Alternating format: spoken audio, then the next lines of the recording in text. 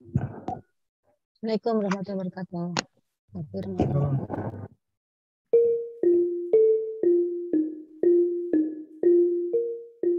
Bumi Padjadjaran, tempat insan terbaik Indonesia menimba ilmu di tanah legenda. Untuk menghasilkan insan-insan terbaik yang mampu mengembangkan dan memajukan ketahanan pangan hewani dalam negeri, maka hadirlah Fakultas Peternakan Universitas Padjadjaran.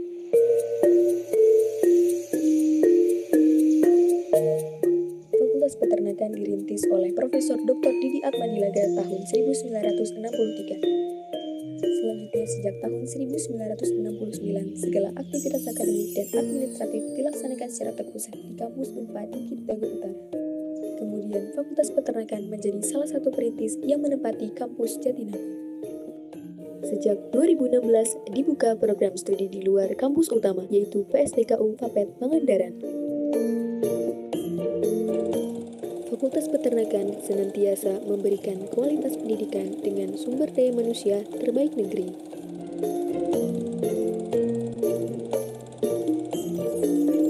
Memiliki total 90 dosen dengan sebagian memiliki jabatan akademik sebagai profesor, doktor, dan magister yang ditempuh baik di dalam maupun di luar negeri.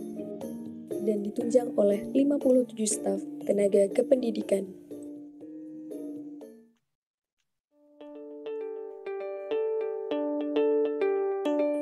Fakultas Peternakan Universitas Padjadjaran memantapkan visinya untuk menjadi fakultas yang mempunyai komitmen terhadap keunggulan dalam ilmu pengetahuan dan teknologi peternakan ramah lingkungan, serta berdaya saing internasional pada tahun 2024.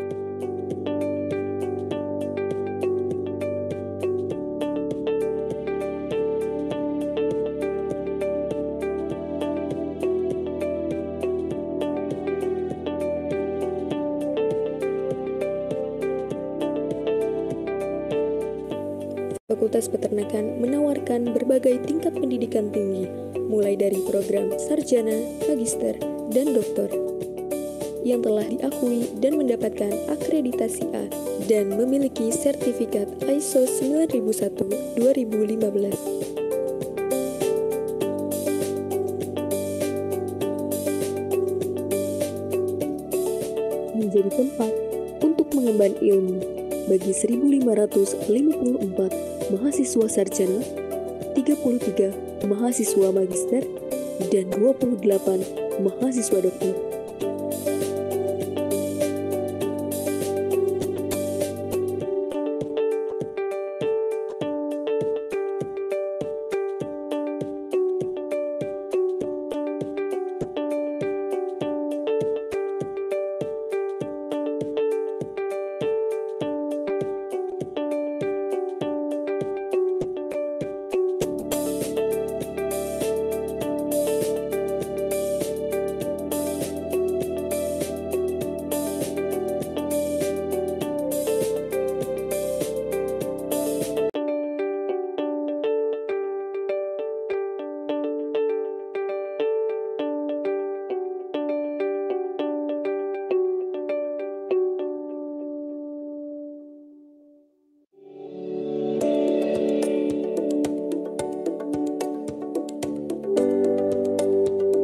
Fakultas Peternakan senantiasa memberikan fasilitas terbaik untuk mendukung dan menjamin kualitas dan mutu pendidikan.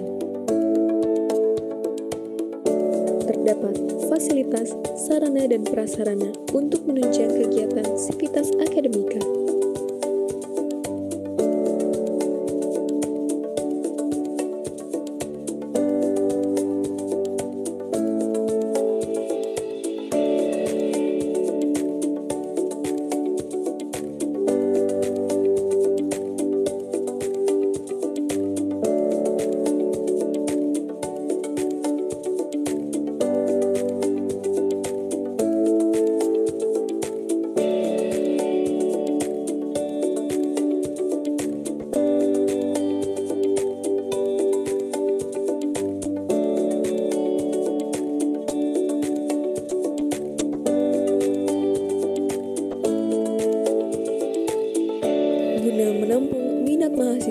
Dalam bidang non-akademik, terdapat beberapa organisasi dan unit kegiatan mahasiswa di Fakultas Peternakan Universitas Padjadjaran.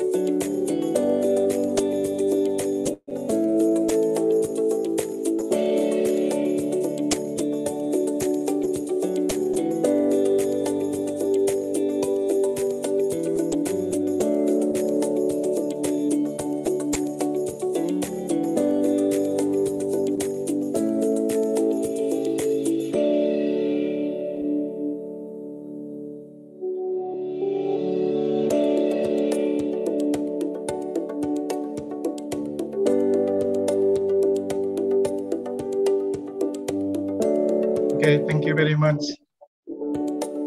Okay, Miss Uji, please stop this the video. Hello? Hello?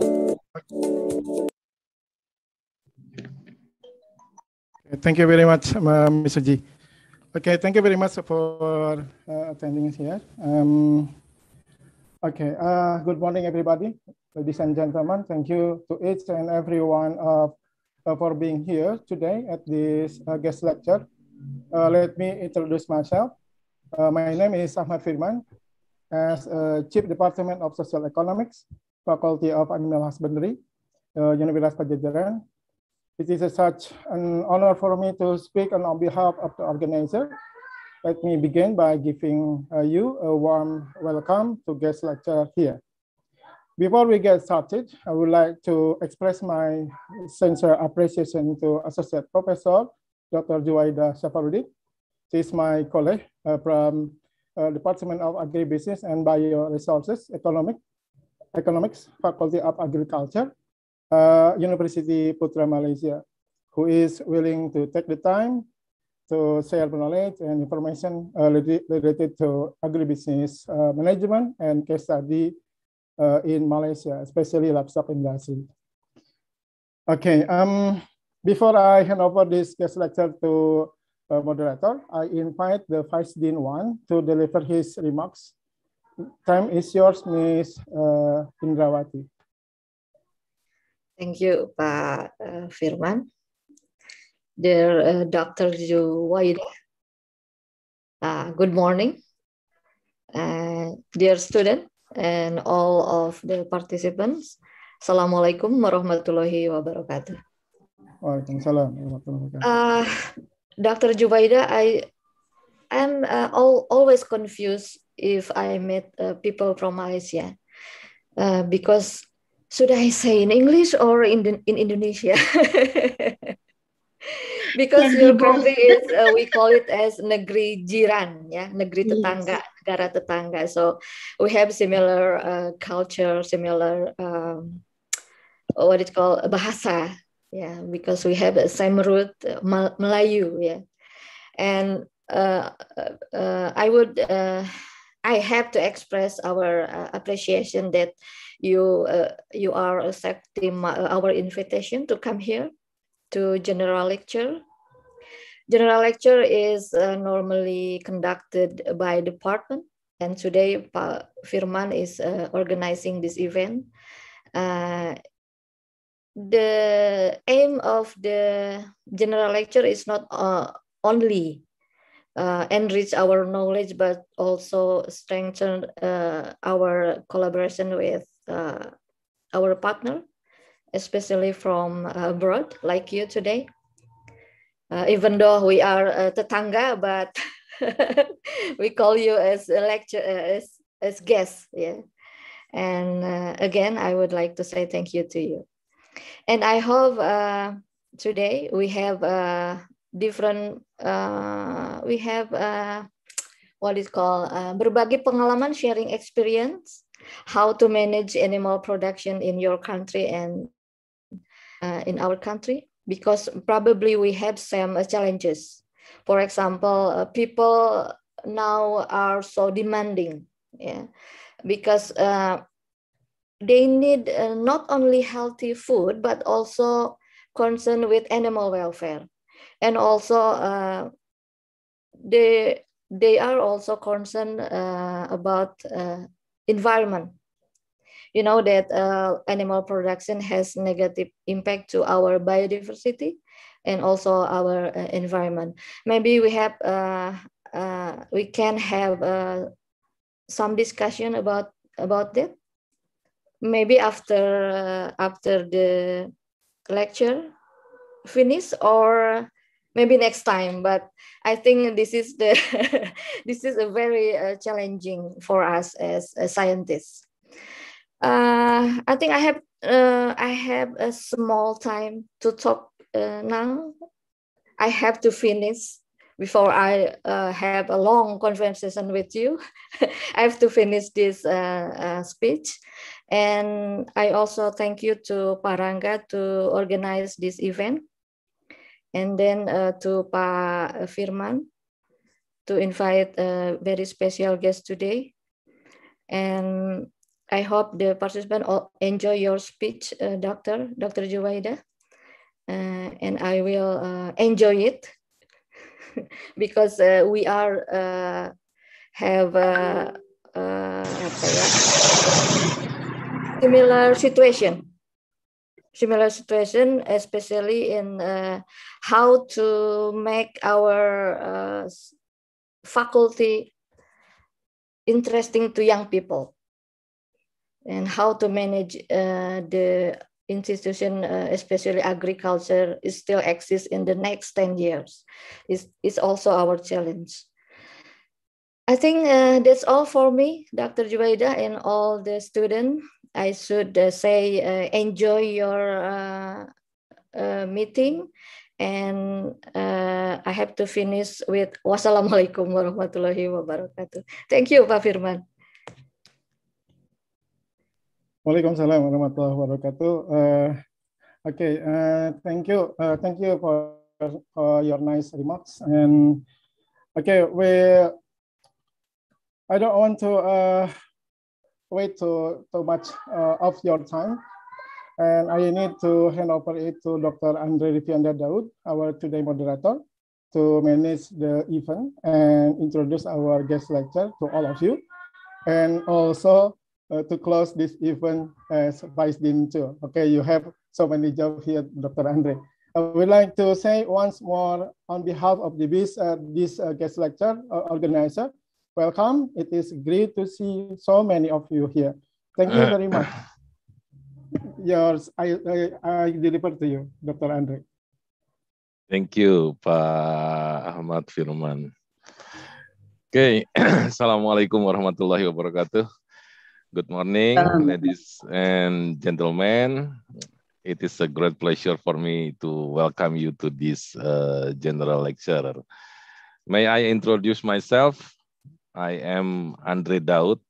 Currently, I'm Vice Dean of Human Resources Organization, and today will be the moderator and also the host and so many tasks from Dr. Ahmad of this general lecture.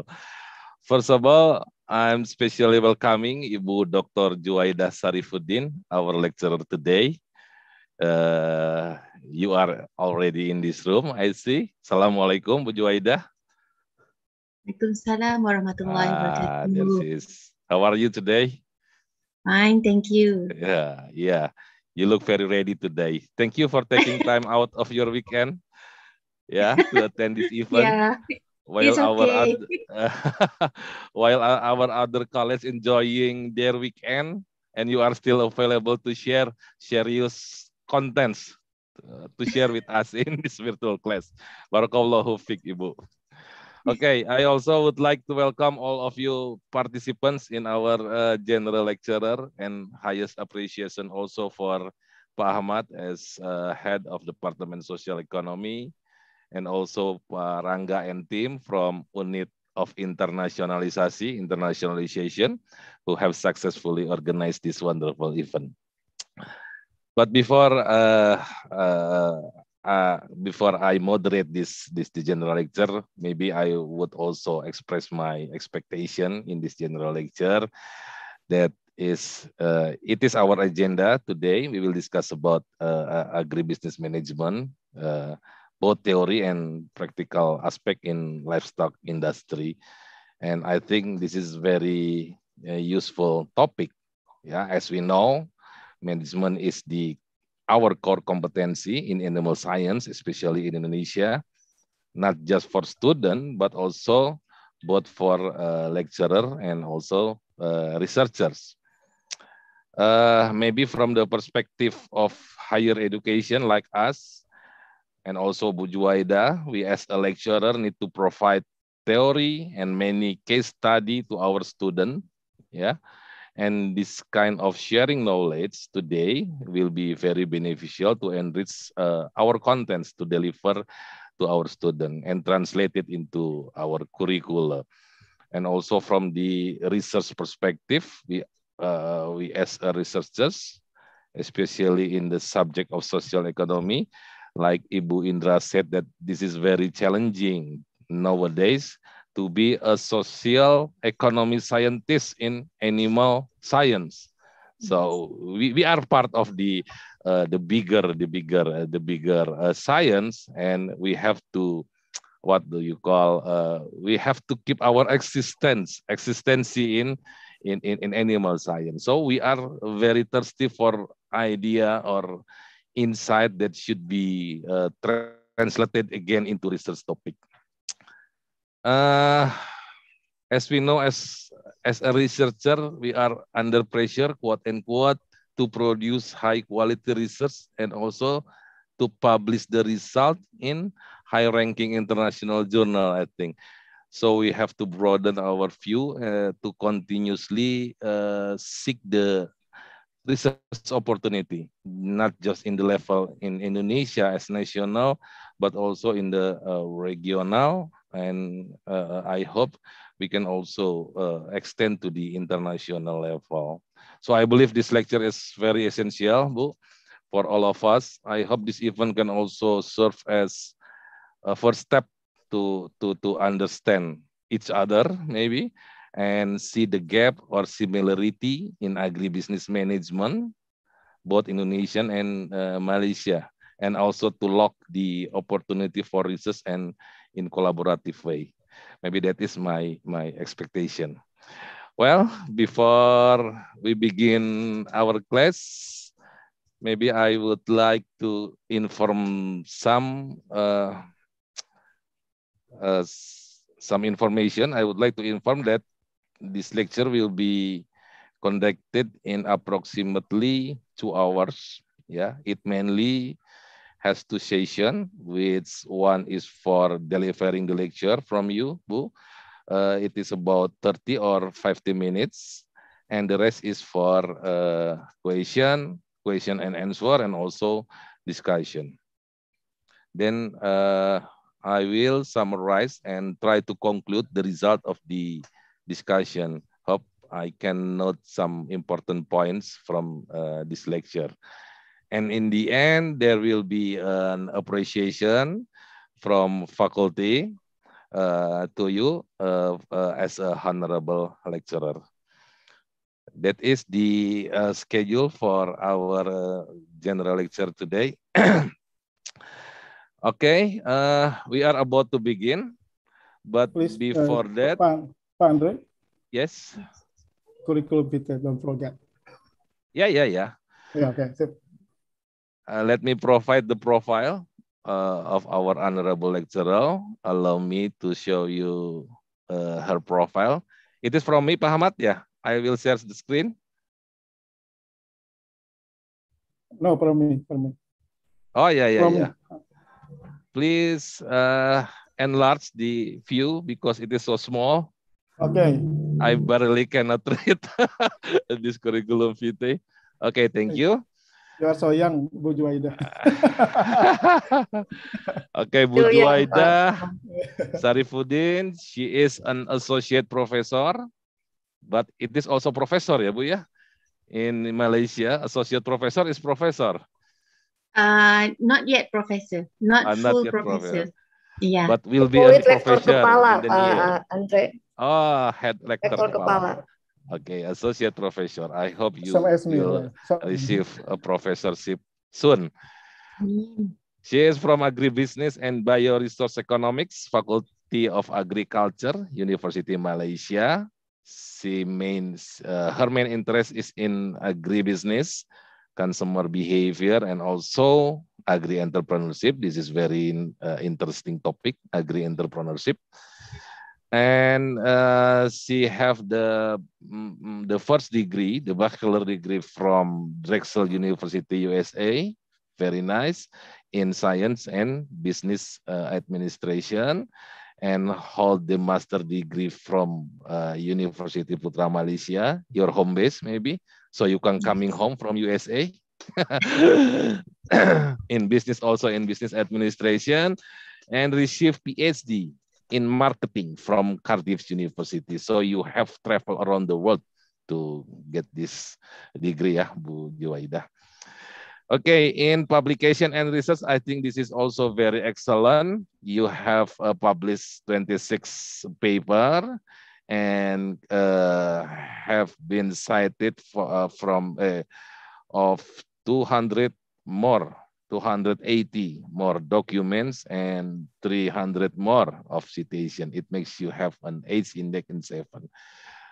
I hope in Universitas Padjadjaran is also achieve this kind of publication.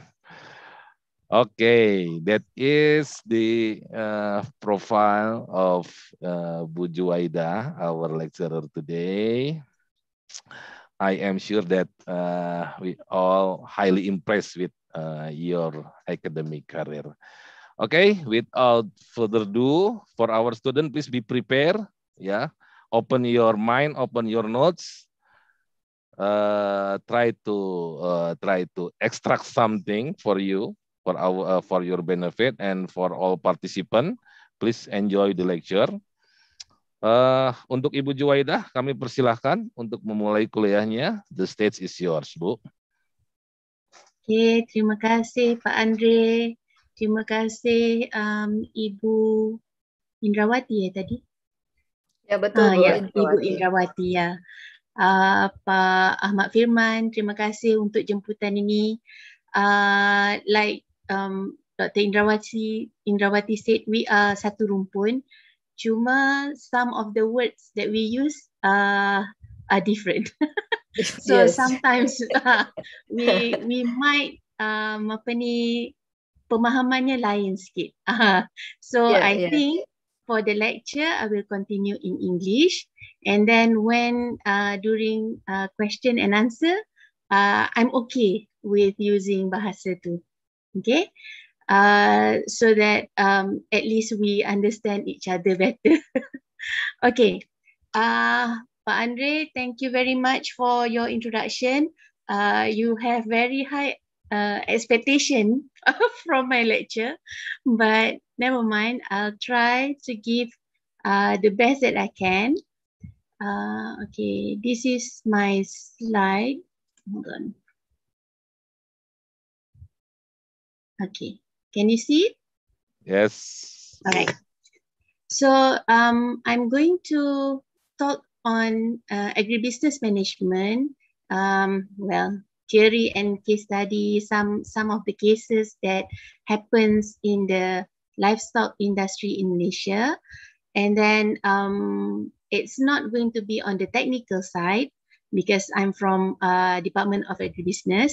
So my actually what Pak Andre and also Pak Firman said that we are socio-economists, but in the agriculture and livestock industry, the sections is very different. It's very scientific, but I believe that it has to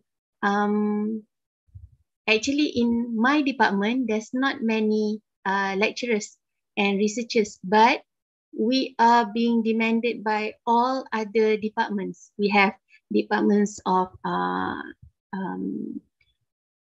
aquaculture, animal science, we have on horticulture, we have on soil science. So all of them with their technical base, they still need people to study on the cost and benefit analysis. They still need to study on, well, they are looking at the scientific base, but how does that influence the consumer, for example, or the population? So that is where we come into the picture. So even for cattle industry, for the mutton industry, beef industry, and all this, they need to make sure that whatever that they are doing, the research that they are doing, will have a better impact or improve the society. So that's why I believe that we still can exist in this industry lah. Okay, so for the beginning, livestock industry in Malaysia is very, very important because it provides food for the population. Okay, it's just that the weightage of ruminant and non-ruminant is different in Malaysia. You have to bear in mind that Malaysia, we don't have vast land like Indonesia. So that is one of our disadvantage on producing livestock in our country. So that is why if you look at, during my presentation, you will look at things that we are doing to make sure that we can cater and secure our food security, and also at the same time use whatever resources that we have. Okay, so it's very challenging because the resources is not that much, but our population still needs to eat. Okay, so that is why even like Ibu Indrawati just now said that might be we are not going to survive in this industry, but you have to think that people, as long as we are human, manusia mesti kena makan. So that is the strength of this industry. Okay, makan tu mesti. So even if they are trying to replace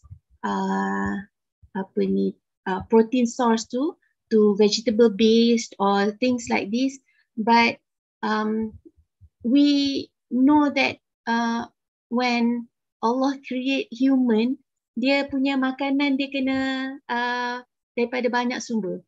The sources tu needs to be many sources and not only vegetable based. So this is where I think the need for science. For example, after this, I'm going to look at show you on the waste management and all that, so that it's balanced for the production and also consumption of livestock lah, for to make sure that it's balanced for food security. Okay, so if you look at this, I have some data, recent data on livestock industry in Malaysia. So this is 2020, just only published. You can see that self-sufficiency ratio for Malaysia, this is for the ones that are more than 100%. That means we can already produce for our own consumption and also for export. So most of this, for 100% or more, this is on vegetables, fruits. So it's not a problem for us on that side, okay? But the only thing under livestock industry that we can produce more is like poultry. This is 98.2%, okay? And we have also pork, 94.9%. Okay, so because we have 30% of the population are Chinese, so they eat pork and they can produce more. So it's 94.9% self-sufficiency ratio, and they can export more lah. Okay, and then others, if you look at this, you can see that beef, we are only 22% self-sufficiency ratio. So it's not enough and we have to import more. Even mutton, it's only 9. Ya, saya pun tak nampak kan. I'm not young anymore. So 9.6%, okay, for mutton. So that means we need more to eat for our own consumption, but we cannot produce that much. So might be you think that Malaysia have high technology, we have more money, might be lah, mungkin itu yang pelajar-pelajar think about Malaysia, but actually it's not the case, okay? So we have also problems in producing food for our own population, okay? So if you can see consumption, okay, consumption, we eat more poultry meat. So that's why we push, the government push so that we can produce and don't depend too much on other countries for our food products. So that's why you can see poultry and also egg. That one is not much problem for us. So egg, we don't import that much, okay? And poultry pun, it's not that much, okay? Pork, we don't import, but we export because our per capita consumption is not that much. We produce more, but that one is for export to Singapore, export to other countries, okay? And then if you look at fresh milk, we also, that is not our traditional food source lah, okay? But then during as time goes on and we have all this trend of eating Western food, we like to eat cream right now. We cook spaghetti, pasta. So all this needs fresh milk and also things like yogurt. So that is not in our culture actually, but it comes with the trend. Okay, so as we go along, demand for fresh milk is also increasing. Okay, so we don't produce, but the demand is there. The demand it also comes because I believe because we also have AirAsia. Why? Because AirAsia is a company for flight, kan? For you to travel. So when travel industry make it affordable for people to go abroad for holiday or going outside of the country, they will experience food from other country, and when they come back, they will demand to eat this kind of food. And also it's also something that comes with the trend from watching Korean movies. You have K-pop, okay?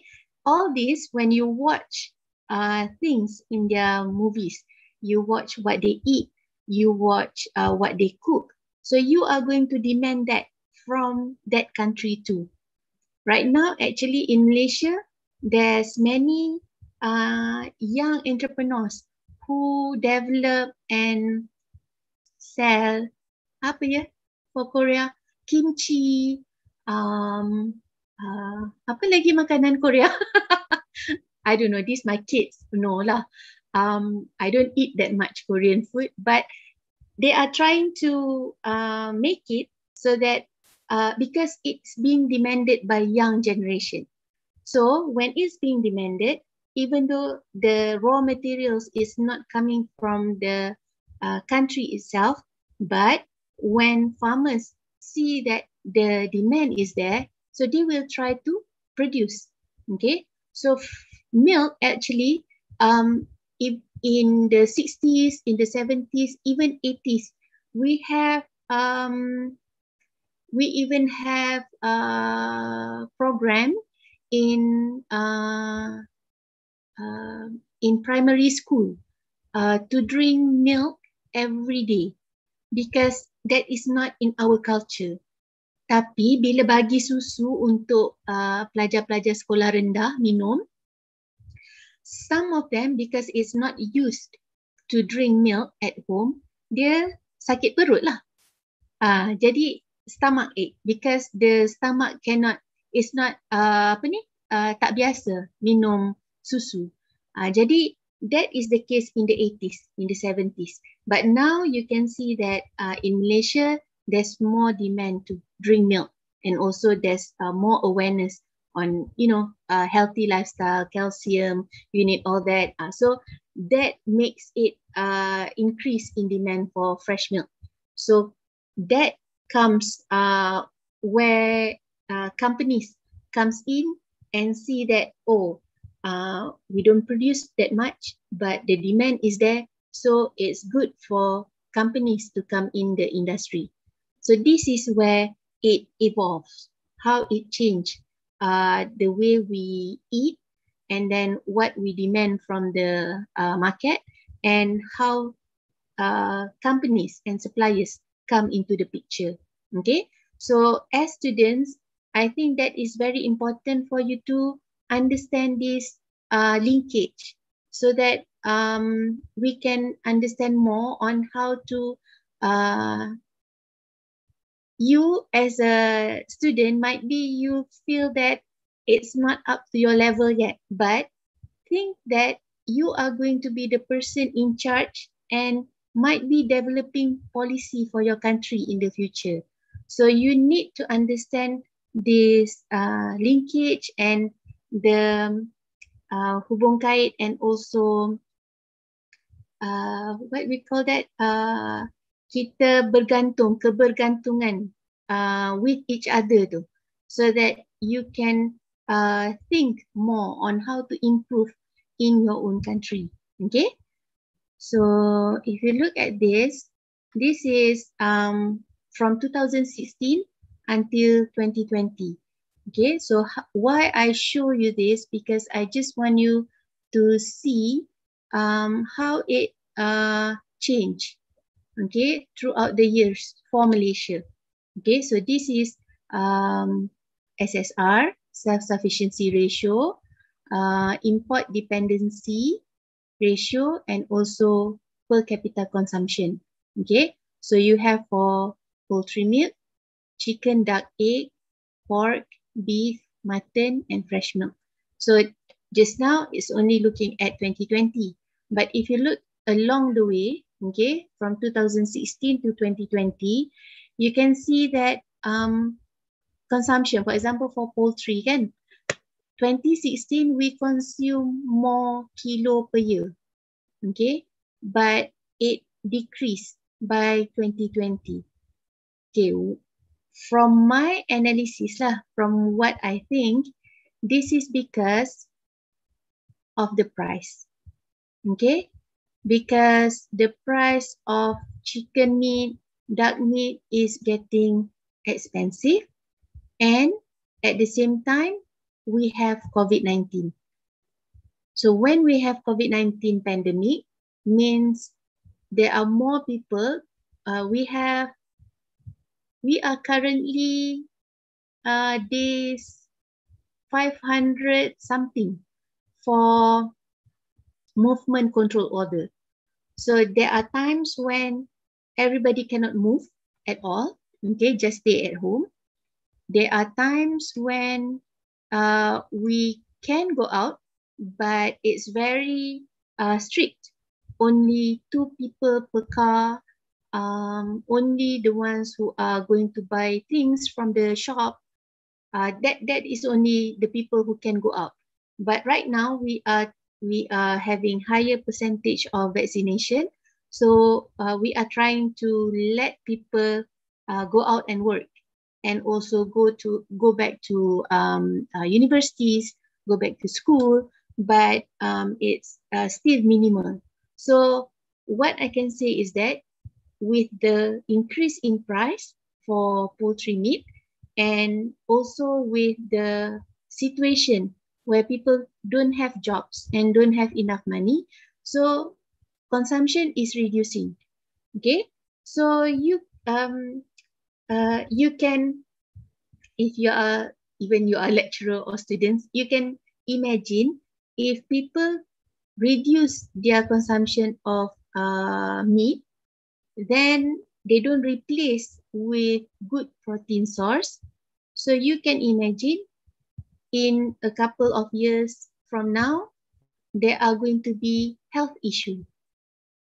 So these are the things that I think is important for you to see and analyze as a person who are having higher education level. Okay, you are bachelor students now, so you are having higher education level as compared to other people. So these are things that you need to bear in mind. Okay, so with this, you need to think about how to make sure that that doesn't happen. So prevention too. How do you want to reduce future problems based on our food intake? Okay, so if you can see how they, this one is quite interesting. How do you see your population reduce intake of poultry, okay, chicken ke, or ducks, and then they replace with egg. Okay, sebab egg is cheaper. So I'm thinking that way, because when we have COVID-19, I can see that when people wants to sedekah. Sedekah is what English? When you want to give sedekah to people, Charity. Yeah.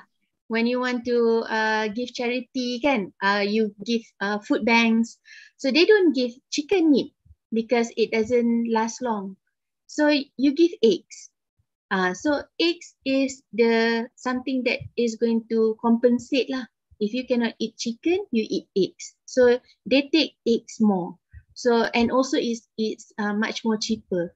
So that is why things like this, kalau pelajar mungkin you rasa boring, bosan tengok so many numbers.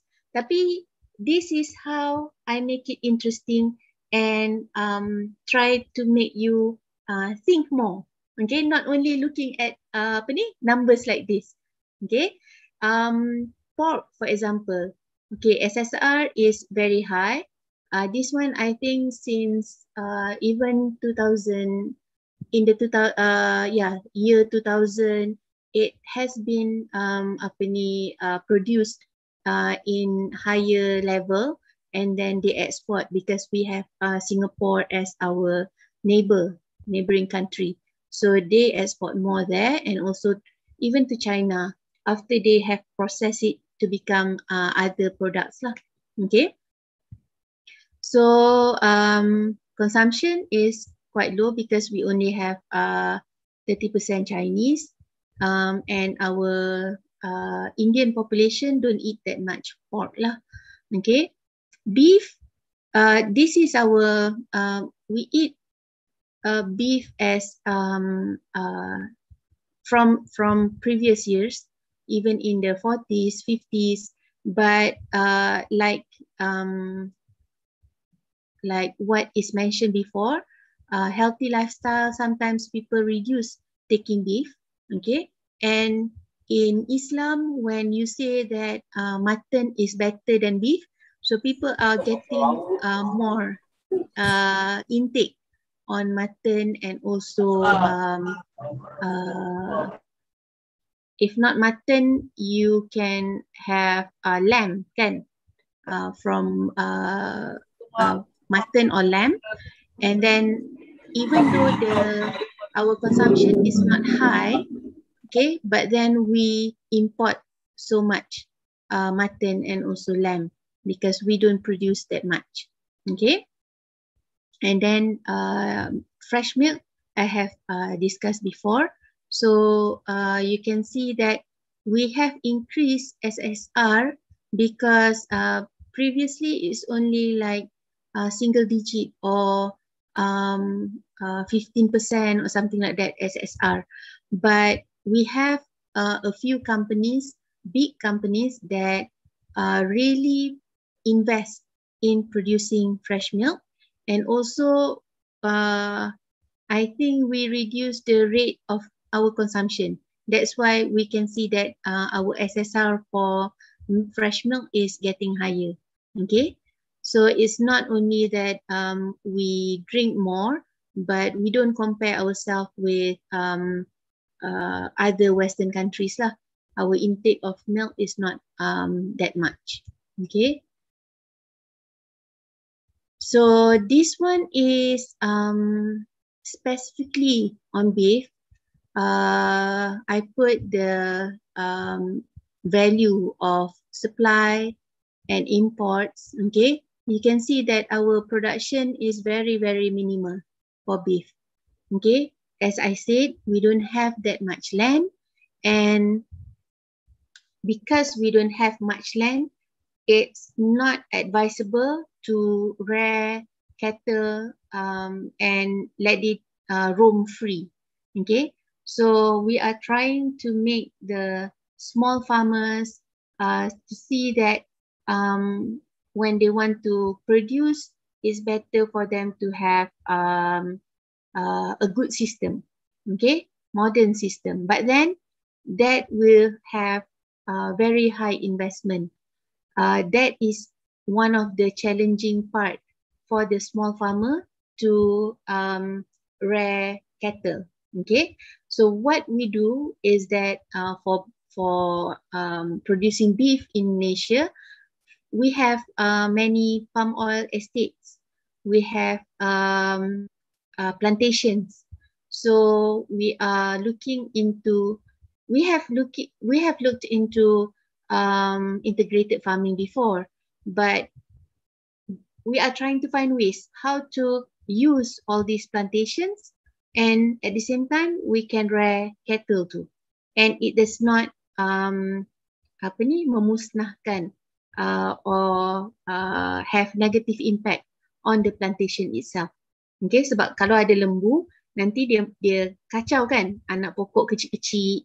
And also the waste, how to manage that.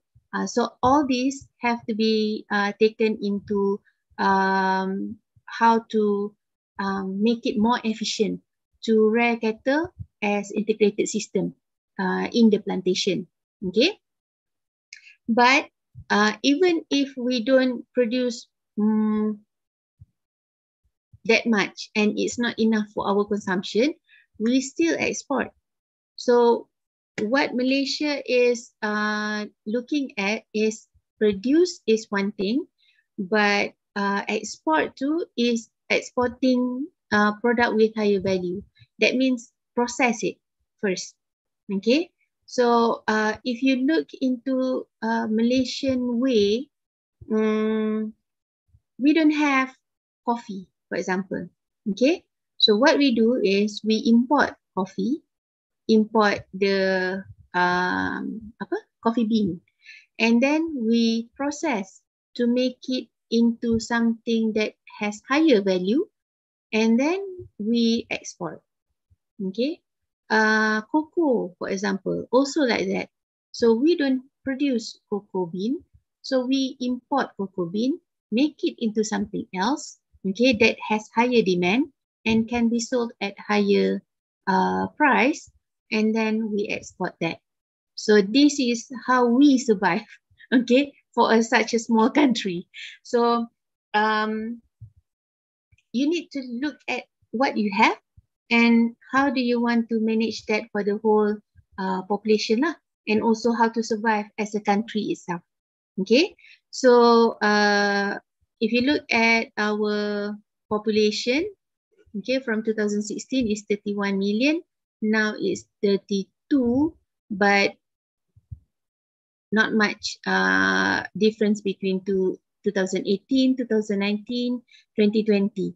I'm not sure about Indonesia, but this might reflect that people are having less children now. Okay, might be because of money.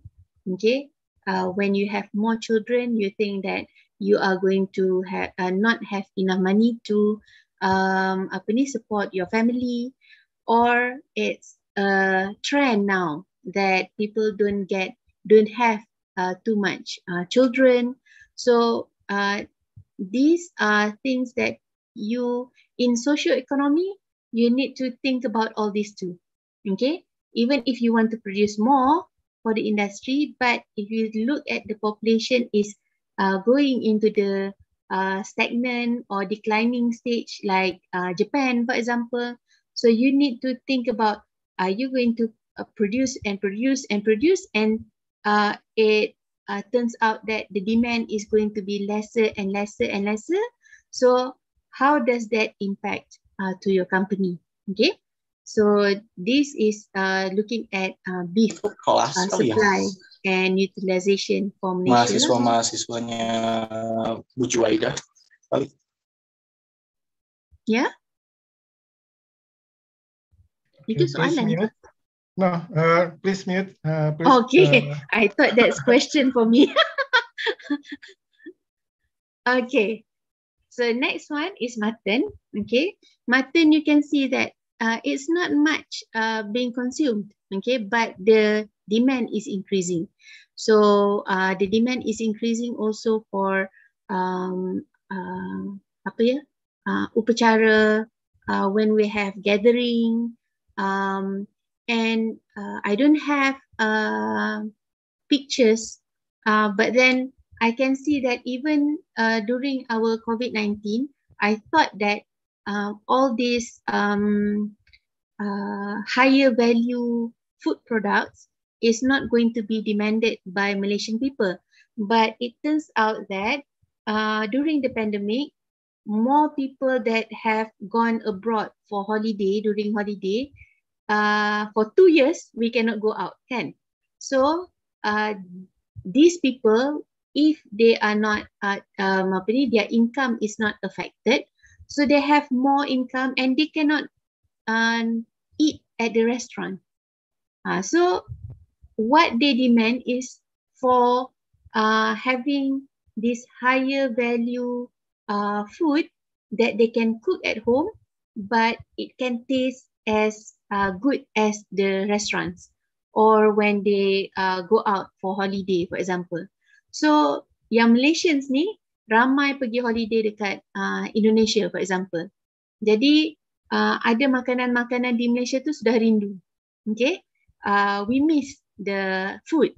So akan ada orang yang nampak this demand in the market, and they will bring that into the market and promote it so that customers, consumers can cook by themselves, and at the same time it tastes as good as what they can find in restaurants and also when they go abroad.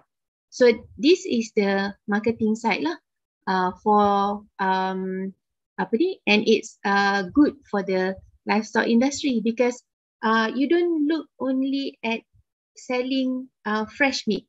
Okay, how do you want to make it more sustainable and last longer instead of selling fresh meat.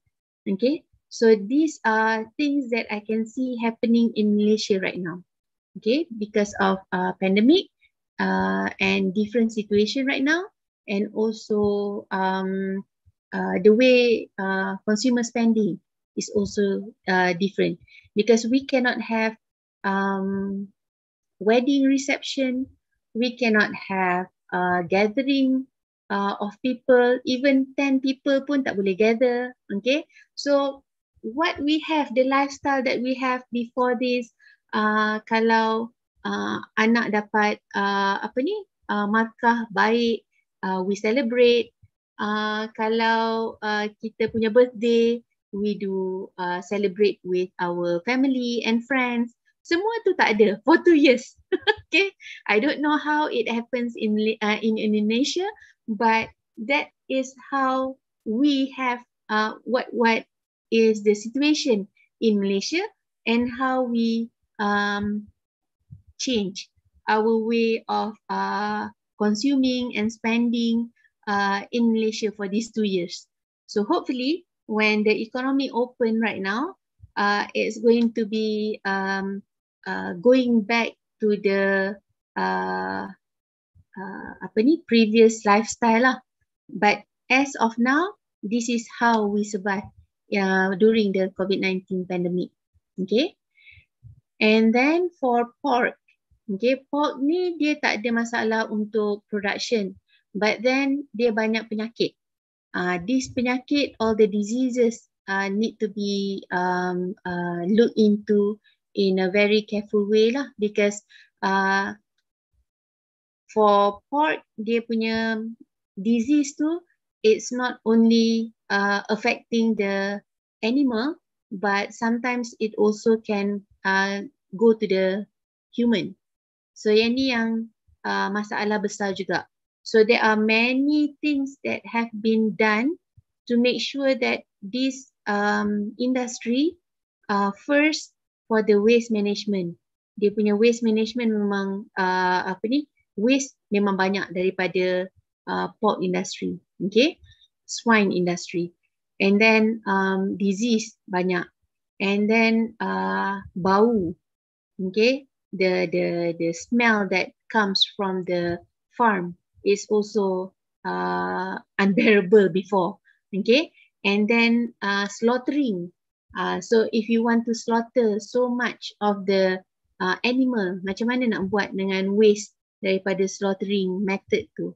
So I can see that in Malaysia, as times goes on, all the policies have been developed and is there to make sure that you can produce, but at the same time it's sustainable and environmental friendly.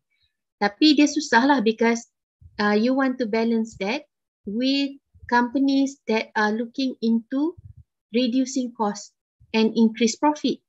Okay, so macam mana nak balance? Walaupun ada regulations, there are policies, there are law, but then the need to have that penguatkuasaan, what is it?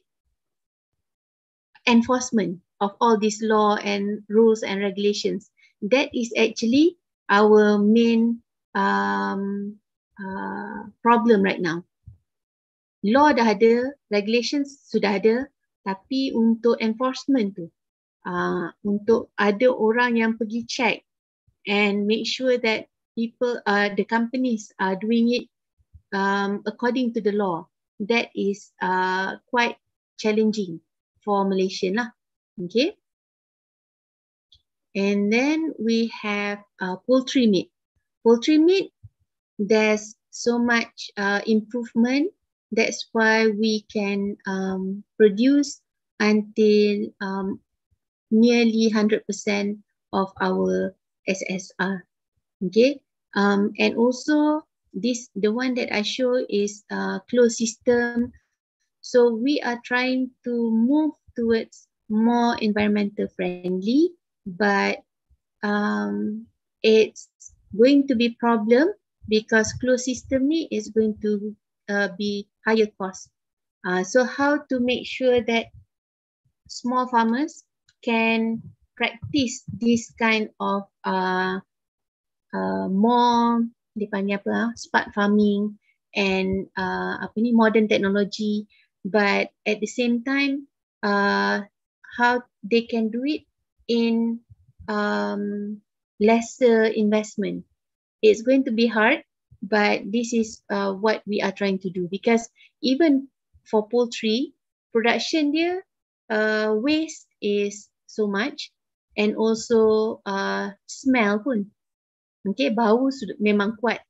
So even they want to put it in plantation, okay, the smell will be there. With the smell, it also comes with the waste, and then dia akan ada masalah lalat. Lalat pun banyak. Jadi there are places in Malaysia where nampak macam grand. The one that I went before is ni factory outlet. Factory outlet tu cantik. It's like in Bandung you have so many factory outlet kan, yang cantik-cantik, and then you stay there for 5 minutes, you can notice that so many flies, banyak lalat. So from there you can already know that there's chicken coop nearby. There's production of chicken nearby because so many flies. Okay, kalau untuk cattle, untuk pig, for example, untuk swine industry, they cannot have it too near of the living area. Okay, sebab lagi teruk nanti. Orang memang senang sangat tahu that you have that kind of industry nearby. Okay, but then chicken ni is quite challenging in Malaysia because dia start daripada kecil. Daripada kecil you expand. And if you are not careful, if you don't do proper waste management, and it's going to be smell bad, and also it brings other insects. Okay, so it also can have major impact to the people who are living in that area. Okay, so we eat more poultry meat because it's actually cheaper as compared to mutton, beef. Okay, so this is highly demanded in Malaysia.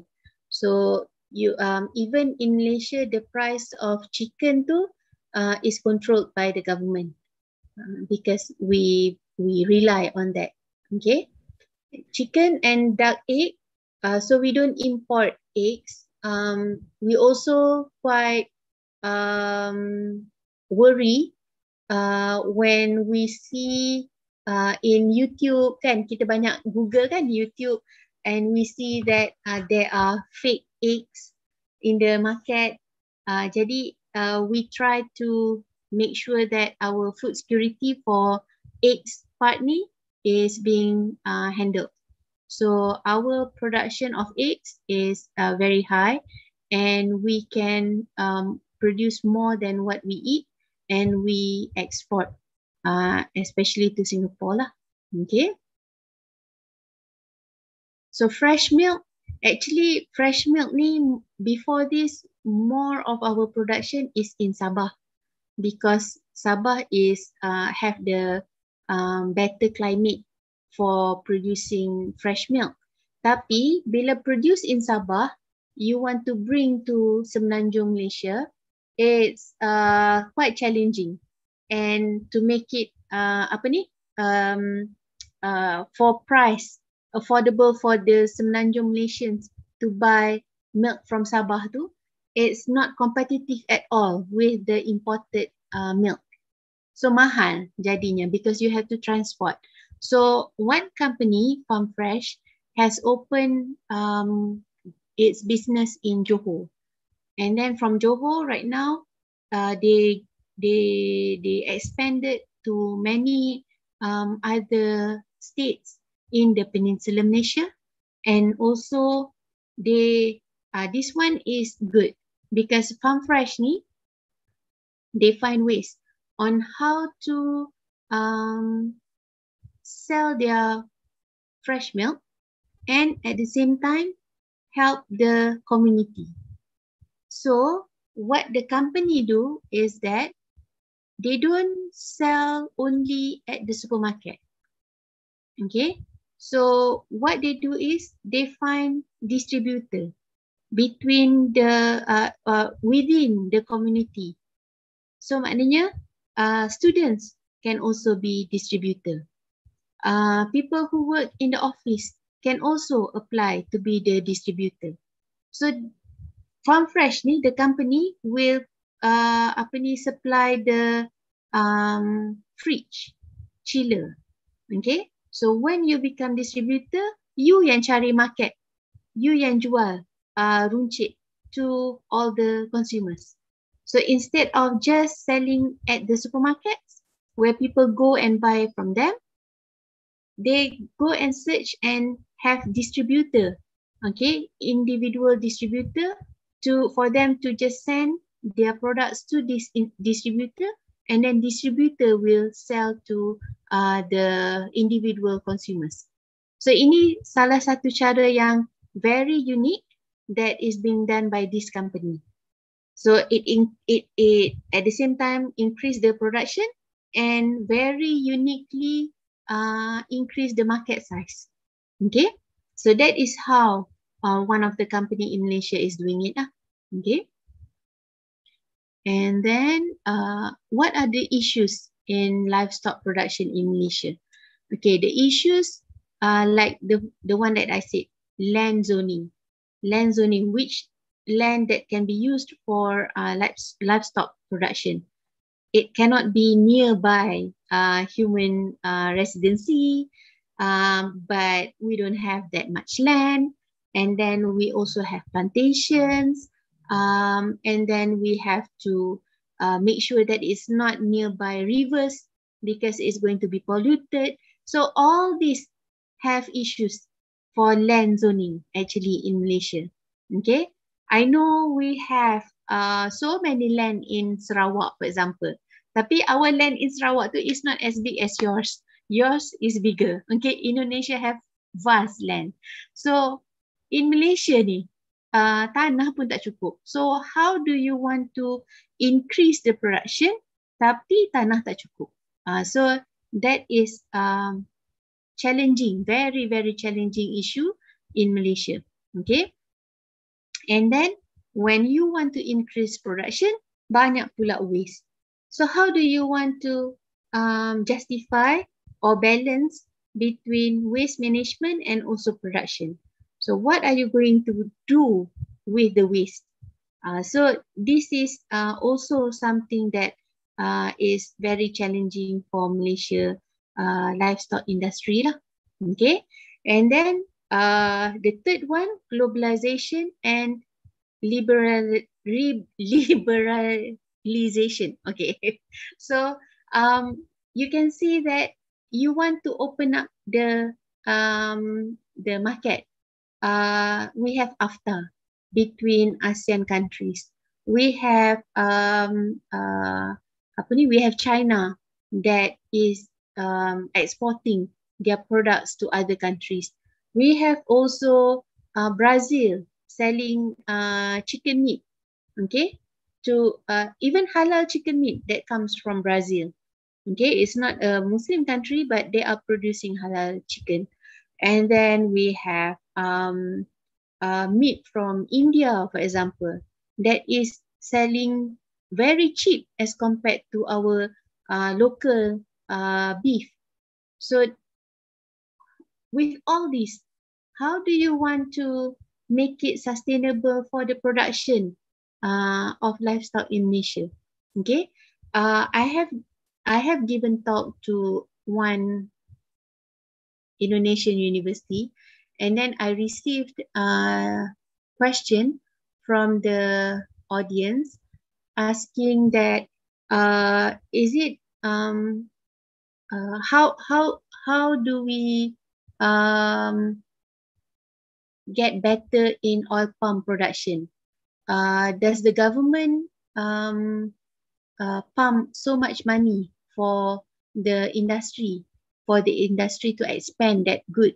Okay, but then if I look into Malaysia, our oil palm production too, even the research and everything, it's more being done by the private sector itself, because they can see that they can do they can make money, they can have higher profit in that area.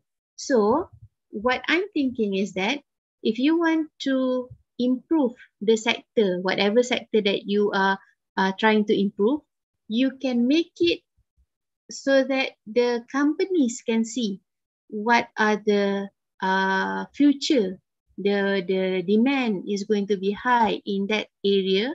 So private sector will come in. Dia akan keluarkan modal for R&D themselves because they know that the money is there. So these are things that the trend right now is doing public-private collaboration, because kita nak rely only on our government, duit dah tak ada. Okay, it's not enough money. So what we are doing right now is bringing the private sectors to collaborate so that we can live better. Okay, and also for the community itself lah. Okay, and then because of land issue just now, we want to increase production, but we don't have enough feed for the animals. So we need to import, especially like cereals and then things like that. So that is very problematic for Malaysia, because it will ultimately affect the price of the product. Okay, because very high cost. So high cost of production means when they want to sell, it will be higher price. So it will have chain effect lah towards the consumer, whether consumer can afford to buy with that kind of price or not. So that is why we also have problems with imported feed that we are facing right now. Okay, and then we have disease. Why we have disease? Because we also import, for example, katalah macam if you look at cattle, if during Raya Haji, Aidil Adha, we need to slaughter more kan. So what people are doing is they bring cattle from Thailand, for example, from other countries, and then what they do is they bring in anak lembu and then give food for it to grow and then jual masa raya Aidil Adha. Okay, now bringing livestock ni will also bring disease. So this is why yang quarantine and all that, and when you want to approve meat that comes, imported meat that comes into Malaysia, we have to check thoroughly, because it can have risk of bringing in disease that we don't have in our country. Okay, even this is also applied to other industry, actually crops and all that, because we produce vegetables, we produce fruits, but if people just bring in fresh fruits from other countries, that can also bring disease into the country. So management of disease and what kind of disease that is we have in Malaysia is also increasing. Okay, and also we are having hard time in producing different breed or better breed. Okay, so this is where we need all the scientists lah. Okay, but the scientist needs to know what are the things that consumer wants when they buy.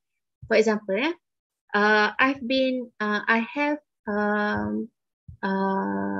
been involved in a research for feed stuff. Nak buat feed, makanan untuk poultry, makanan ayam, using PKC. PKC apa? Palm kernel. Okay, because we produce all palm kan. Okay, so how do we change from using corn?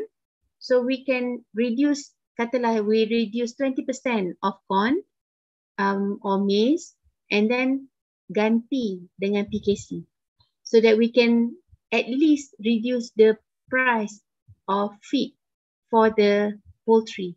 Okay, tapi when you change the diet for the poultry, dia akan change the taste of the meat.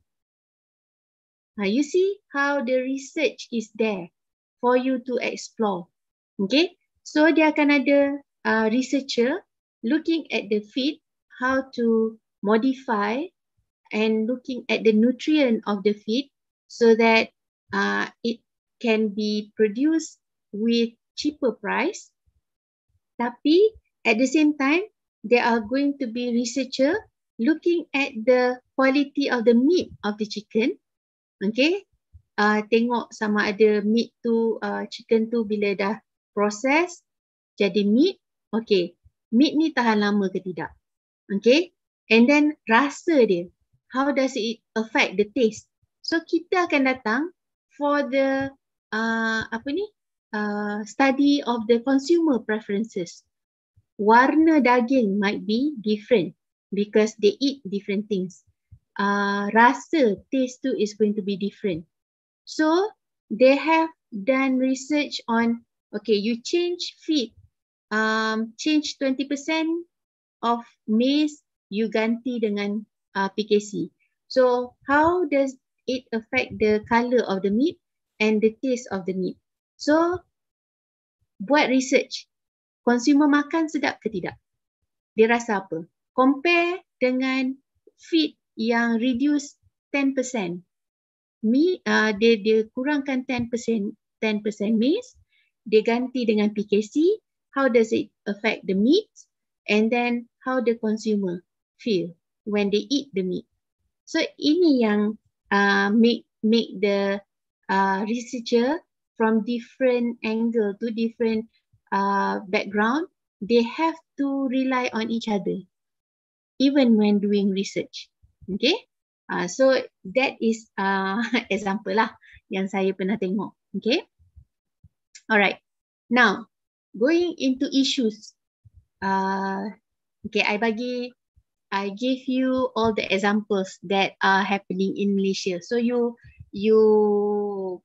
compare lah with what happens in Indonesia, because I don't know what happens in your country. So in Malaysia, because we depend on imported meat kan. Okay, imported meat is cheaper as compared to local meat. So dia ada one time, and this is not this is quite recent, tahun lepas. Okay, tahun lepas 2020, we are very shocked to see that imported meat, somebody has shown that it comes from countries repacked, and we don't even know whether it's beef or dia kata ada daripada kuda, okay, ada daging kerbau, dia campur and then they sell as beef. Yang tu ada isu di Malaysia, and it's still an ongoing case. Okay, dan ada yang memang datang tak halal, they repack and say it's halal. And that is very, very sensitive issue for Malaysian consumer lah. Okay, so it create mistrust, tak percaya with the halal logo anymore. Okay, so that maknanya you can see that if you tak jaga satu tempat, it will trickle down to other things, okay? And it will affect consumer trust to the brand or whatever. So right now, actually, for my students, one of my students is doing on trust on halal label because of this issue, okay? And then we also have issue in raising chicken price. Makin lama makin mahal. Walaupun it's under government control right now is 1 kilo of chicken is supposed to be 8 ringgit something.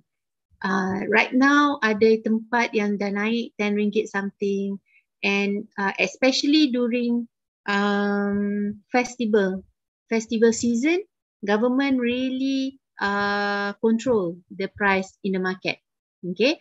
But when the price of feed is very expensive, okay? Contoh ya, kalau hari ni price makanan ayam increase.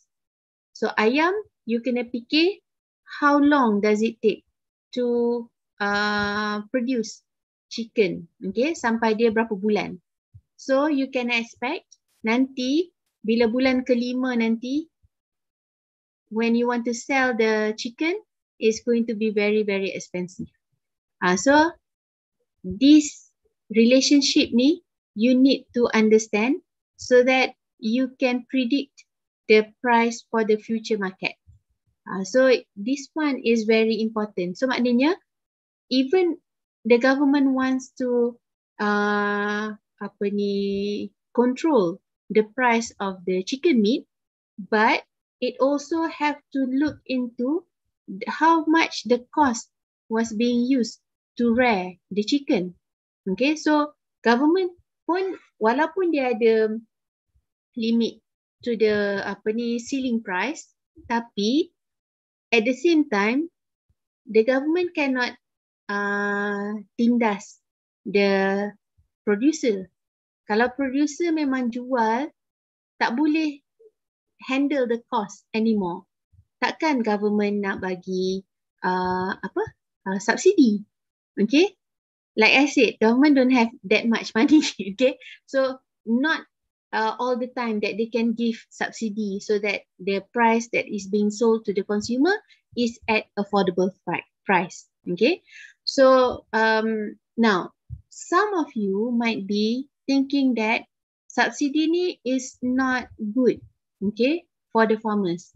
Tapi when I was studying in UK, for example, I come to know that even their farmers get subsidy also. Sebab untuk produce tu is very, very expensive. Untuk produce beef, okay, for cattle farming is very expensive. And then they are, kalau you naik flight, okay, you naik flight and then you go to UK. Daripada atas you can see vast land, and then animal tu macam sikit. So can you imagine for a wide kawasan yang luas, tapi production dia tidaklah banyak. So you can see that it's going to be not cost effective. So macam mana farmer tu can survive with that kind of condition? Itu datang dia bantuan from the government. They want to have food security, tapi at the same time bukan semua orang nak buat. So how do you want to make farmers want to produce but still they have profit? Because daripada profit yang akan jadi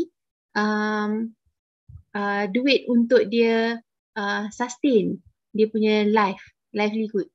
Kalau orang kerja dia ada gaji, okay? So kalau farmers tak ada profit, so how are they going to live? So this is the situation, okay? How do you want to balance between livelihood and then the need for the consumers, the need for the society, population, and all that? So this has to be looked into properly lah, okay? And then we have cattle, buffalo, we have disease. Okay, this disease, this is also current. Earlier this year, we have problems of lumpy skin disease that comes from cattle from Thailand. So, this is, I think, near Eid festival also. So the government really have to take efforts to curb the kemasukan cattle from Thailand at this time. Okay, and then there's also for swine. Okay, we have African swine fever.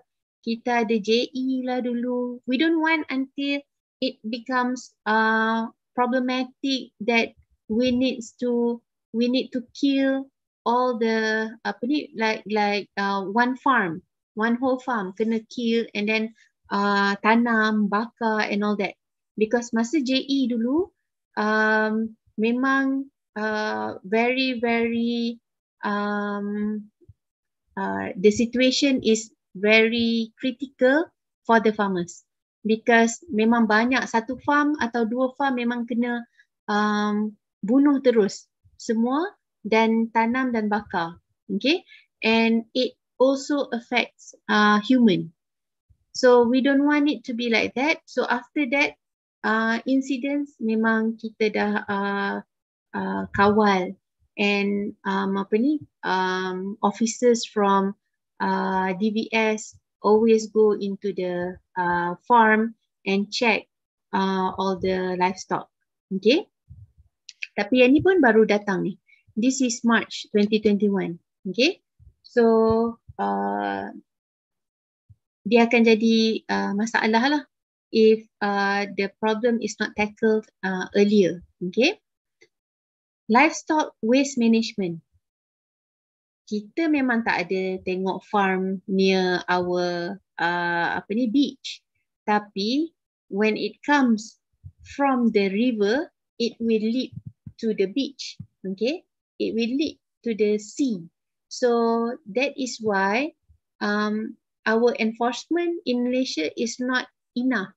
We don't have enough officer to go and check every day to all these sites.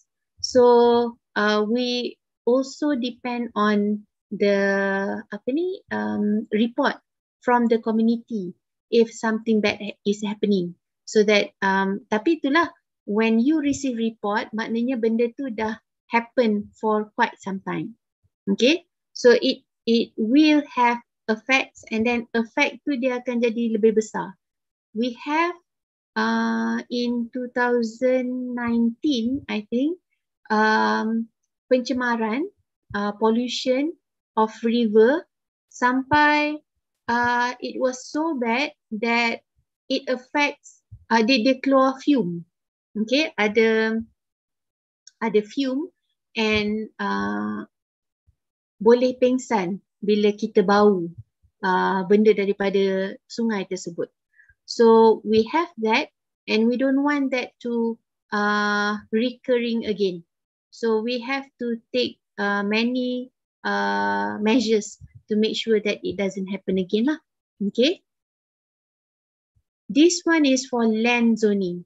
You can see that this is animal farm, and it's very close to where people are living. See? So this is from aerial view, bolehlah nampak kan? But if you are living here, you have this covering your eyes. You tak nampak from this. Okay? So from aerial view, we have drone right now. So we hope that we can reduce this kind of problem. Kita nampak daripada awal. Ini sudah banyak ni. Banyak tempat yang dia dah bina for rearing chicken. Okay? So if it's too near of the place where we live, ni I'm sure rumah-rumah ni memang penuh lalat. Flies are all over, and they cannot even open their windows. Balik rumah daripada kerja, terus masuk, tutup pintu, tutup tingkap. Ini memang you cannot stand the stench. Mesti busuk ni live in this area. Tapi can you imagine you have spent so much money and even ada apa? Ada loan from banks to buy your house. How are you going to move to other places? Because you dah beli rumah di situ. Okay? So how to improve this kind of situation is going to be very, very hard on the government lah. Okay, because I'm sure this company has been there for a long time and now it's expanded until this level and nobody notice this kind of expansion. So how do you want to make it so that these people don't have to move and this farm can stay in this area? Okay, so we also have that kind of problem lah in Malaysia. So what we do is, now it's 10:40. How much time more do I have? I still have some more time, Dr. Firman? Yes, Bu. 5 minutes more. 5 minutes more. All right. Okay. So we should this give is the nearing question. the end. Yeah. Okay. Okay. So what we have is to reduce all that problem. We have R&D, looking at sustainable modern livestock management system, R&D on waste management, on feed nutrition, livestock production, animal health, disease, and animal breeding. So like I said, all these are science-based, except for the first one, okay? All these are science-based, but they are still need social science to ensure that what they are doing is actually will benefit to the society. Because kadang-kadang you can see when we are social science, kadang-kadang bila kita bercakap dengan saintis, dia tak fikir sangat cost. So they say that this is the better way for doing things. Tapi bila kita tanya, okay, better way, tapi how much do you have to invest to use this thing? Tak apa, dia kata mahal pun tak apa, but it's useful. See, this is where kita as social scientist ni kena ada and bagi tahu, because that is not in their mind. Their mind is only finding ways to solve problems. Okay, tapi kita pun tahu, kita as a people from the business side, we know that even if the product is very good, tapi kalau it's not it's the benefit doesn't outweigh the cost, is not going to be adopted by the companies lah. Okay, and we also have National Agro-Food Policy, NAP.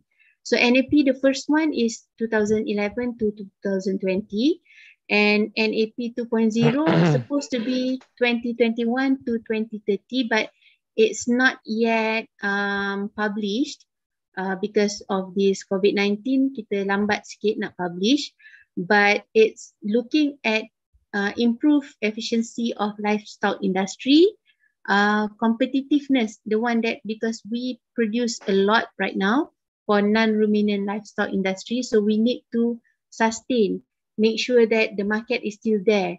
When we produce more, the market for us to export and also for us to sell to other countries too need to be there. Okay.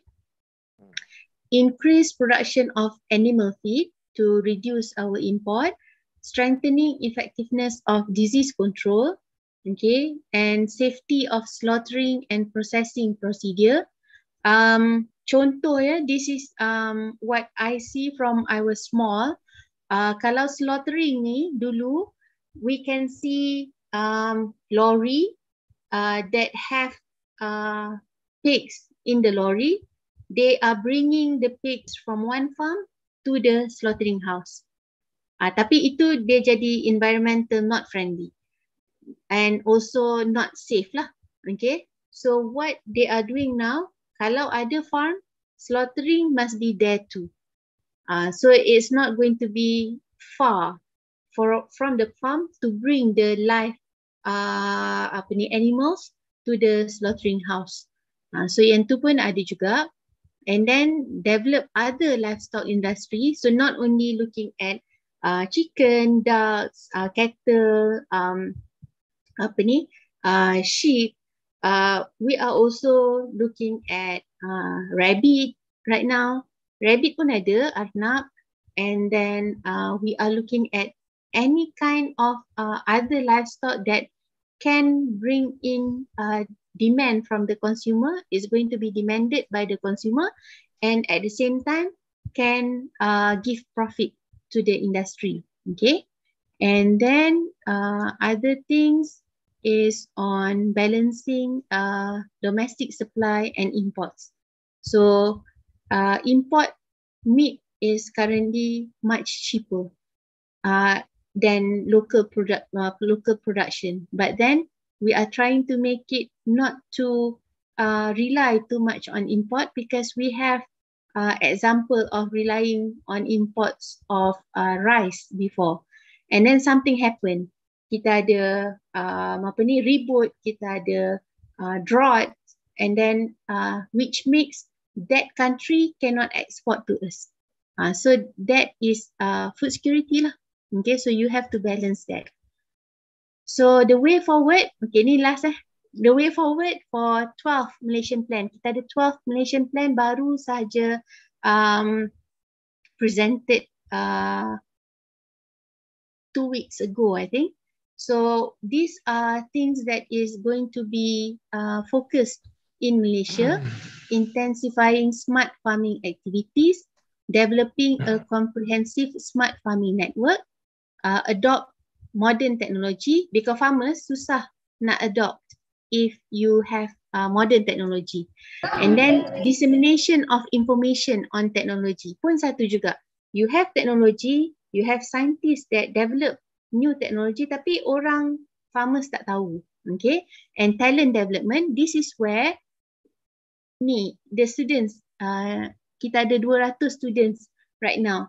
Talent development ni, if the technology is there tapi tak ada orang untuk guna and implement the technology, is not going to be useful. Okay, so you are the ones who are going to show the farmers how to do it, or you are going to be the entrepreneur who are going to use this technology, okay, for livestock production.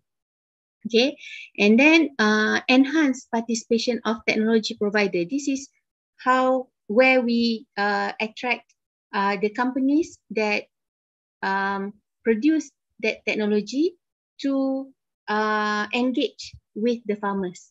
Okay, and then empower local community. Local community pun kita try untuk bagi mereka pilih what they want to produce in their local community, and we have urban farming, so that is attracting the community to produce their own food.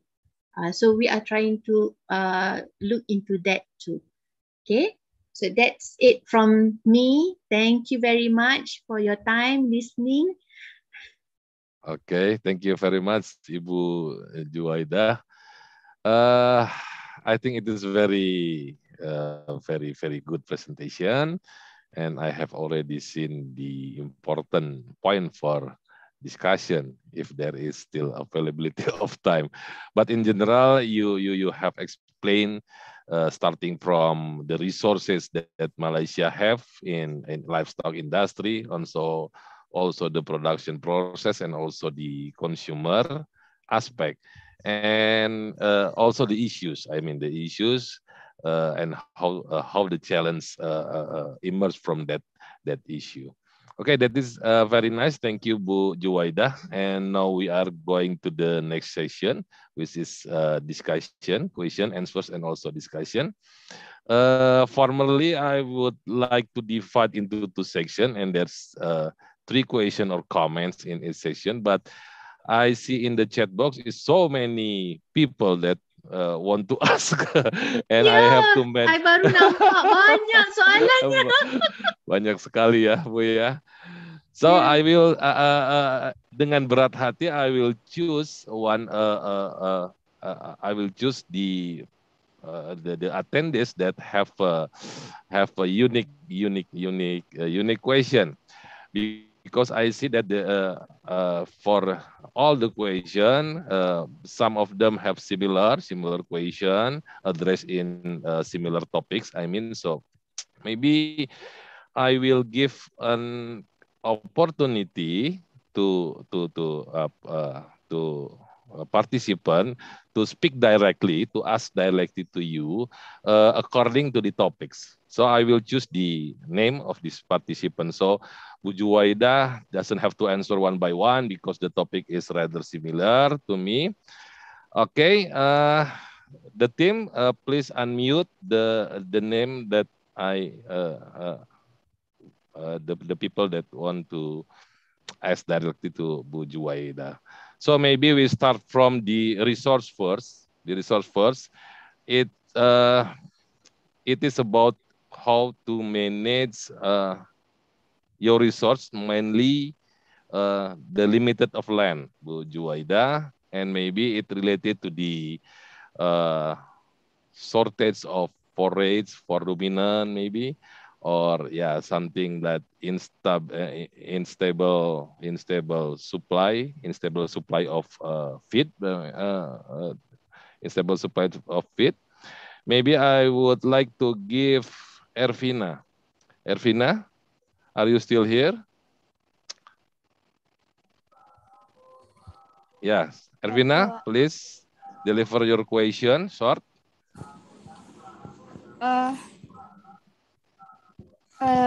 Terima kasih untuk kesempatannya. Saya boleh bertanya pakai bahasa Indonesia aja, Pak? Of course. Boleh.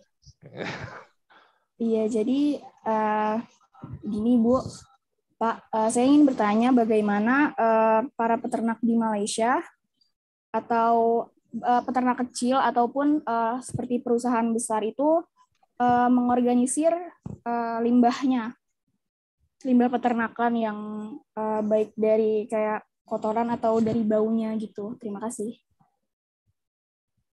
So limbah is waste kan? Yes. Okay, alright. Okay, so thank you for the question, Ervina. Untuk limbah waste ni, memang for industry, it cannot be directly lead towards the river. So maknanya even if you are selalunya what I see is that they are going to have their pond. So waste tu masuk pond dulu, and then you treat the waste, and then only sama ada you use back the water or the water goes into the river. Even when we have shrimp production pun macam tu juga. The water cannot be directly flow into the river. Sebab you have put so much food inside there, antibiotics lah, and all things. So you need to treat. You need to treat the waste first, lepas tu baru buang. So for livestock industry, it's going to be a bit better, because if you can find the use for that waste, so nanti akan ada syarikat pula yang akan ambil or beli that waste for production of something else. So this is where the chain has to be there. Maknanya dengan waste tu, it can be turned into something else.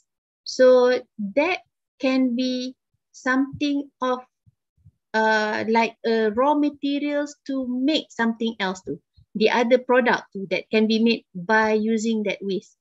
So either the farmer themselves has to treat the waste, ataupun company yang beli waste tu, dia yang akan treat to make it into another product.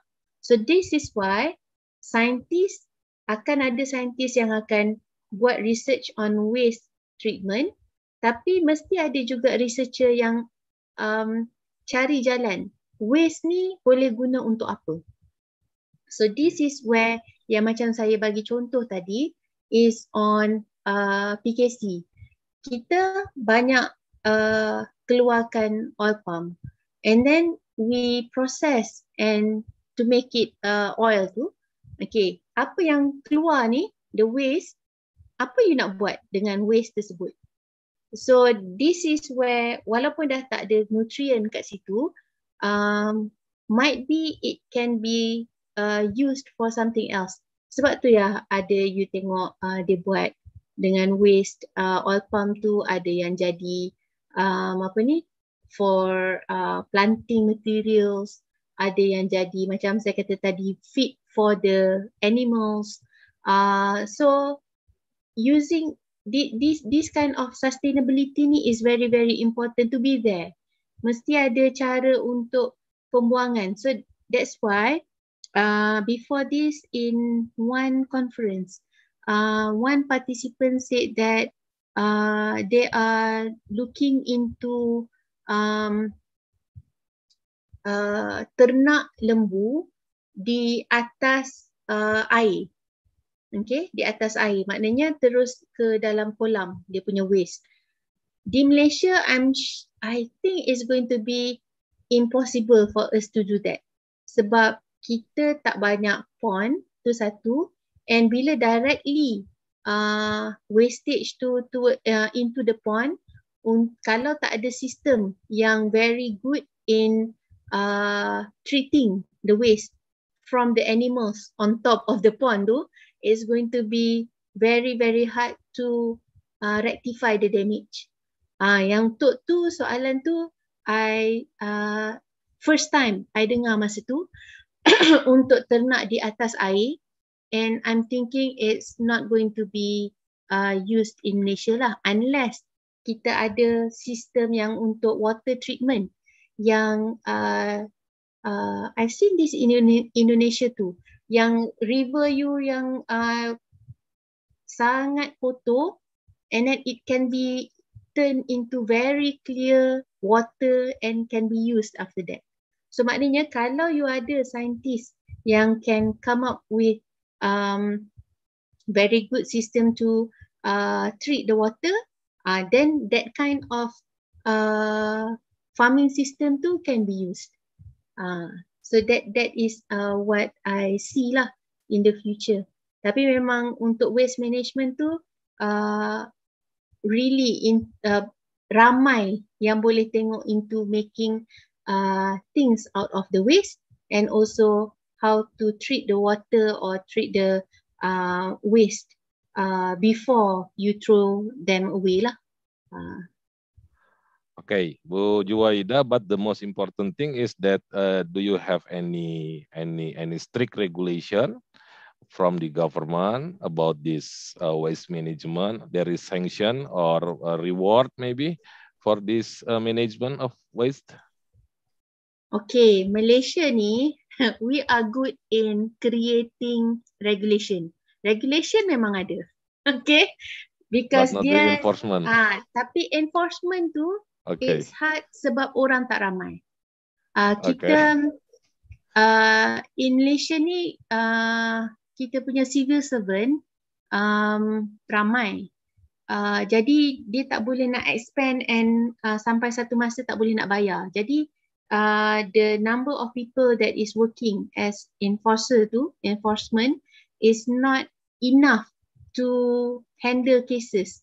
That's why we have pollutions too, because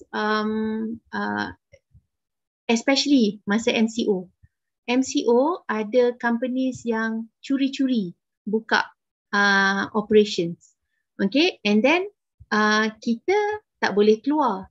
So enforcement ni another way is that they also depend on complaints made by population, the citizens.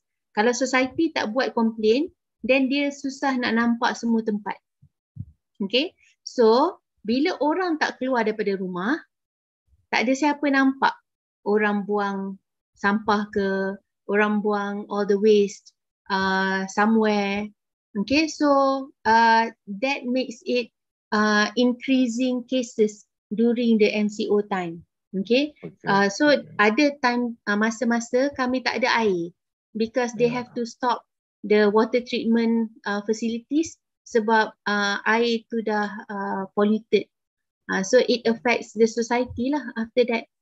So these are things that policy ada, law regulation ada, tapi susah nak enforce. Less enforcement. Okay. Yeah. We move on to the second question. The interesting one is from Sekarupa Rengganis. It is about your contribution to the global security. Sekarupa, please deliver your question directly. Sekarupa is still here? Yeah, I see him. Her. Okay. Yes, I'm here. Saya boleh menanyakannya dalam bahasa Indonesia saja, Pak? Boleh. Okay. Kita kan tahu sekarang itu dunia itu sedang akan dihadapkan dengan peningkatan jumlah populasi manusia. Bagaimana cara Malaysia berkontribusi untuk bisa menjaga ketahanan makanan di dunia ini? Or contribute for the world. Okay. Population is increasing, kan? Yes. So for Malaysia that's and why, also for the global, maybe. Yeah. Yeah. So that's why we are looking into food security. Tapi from what I see, one way of handling food security is not only increase in production, tapi you have to look into food waste juga. Because kita ni food waste banyak. So if you reduce food waste, production macam tu juga, you reduce food waste, it can also increase the food for everybody. Okay, food waste ni macam mana?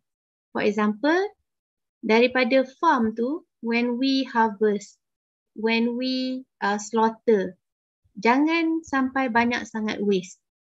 And then during transportation, kena improve efficiency of the transportation of food product ni so that tak banyak yang akan rosak. Bila rosak, kita akan buang. Okay. And then after it reach the market, kalau benda tu dah in package, ada tin, ada yang kotak, we have to reduce damage to all this packaging. Maknanya kalau tin tu kemik, orang dah tak nak beli. Kotak tu dented. Kan? Kotak tu kemik sikit pun orang tak nak beli dah. Sometimes that one kedai buang aja. Okay? When we have gatherings, when we have Aidilfitri, food waste lagi banyak. Okay? Bila kita puasa should be time for us to reduce our food intake. Tapi bila kita buka puasa, can you see banyak makanan atas meja? And then you cannot eat everything. It is based on your nafsu, kan? Kita lapar, jadi kita beli banyak benda. So you can imagine that is not happening only in our country, but also to other country. Kalau you tengok macam Middle East dia buat Ramadan tu is macam fiesta, macam festival. So banyak sangat makanan yang akan buang masa tu. So these are the things yang walaupun kita tak cukup untuk production sekarang, kalau you actually increase tapi you tak address food waste, pun dia akan jadi masalah juga in the future. So if for example you have limitation to produce more, what you can do is you reduce food waste. Itu pun satu cara juga untuk make sure there are going to be enough food for everybody. Satu lagi is on food consumption lah. Sometimes it's not enough because we overconsume. pun ada juga. Dia sebab kita lebih makan. Makanan untuk 5 orang, tapi 2 orang saja makan, sudah habis. Jadi it goes into the people itself. So itu pun something that we can look into to improve the efficiency of consumption of food. Okay, so itu adalah dua part yang I fikir can also contribute towards food security lah for increasing population. Okay. The last time I visit Malaysia, Bu Juwaidah, I go to the restaurant and I'm served with the big portion of nasi. What do you call? The very, very big portion, and I can make it for myself. Okay. The next session, the next question is about the challenge that we have to face from the consumer of view also. From Muhammad Barik Atala. Are you still here? Barik? Yeah, okay. Yeah, okay. Please deliver. Yeah, thank you so much. So my question is, in Indonesia, some people are starting to turn into vegetarian. So, and some companies are starting to make meat from plant. So my question is, what do you think about the people turning into vegetarian? So could this be a big problem for the livestock industry? Thank you so much. Okay, thank you Muhammad Barik. Okay, turning into vegetarian ni from my experience lah. Okay, yes, we see that more companies are producing beef from tofu. They use mushroom to make meat, kan? Fish ball, crab ball from mushroom. Okay. Now, itu semua pada saya is okay because population yang nak makan ni ramai, banyak. Kalau Indonesia lagi ramai. So maknanya the taste that people have ni is not the same between each other. Tak semestinya perubahan towards become vegetarian tu it's going to be like very very trendy sampai orang tak makan langsung meat, because there are people who ada yang nak try turning into vegetarian and then ada masalah kesihatan or cannot sustain in becoming vegetarian. So nanti dia akan ubah balik. Dia akan makan juga meat.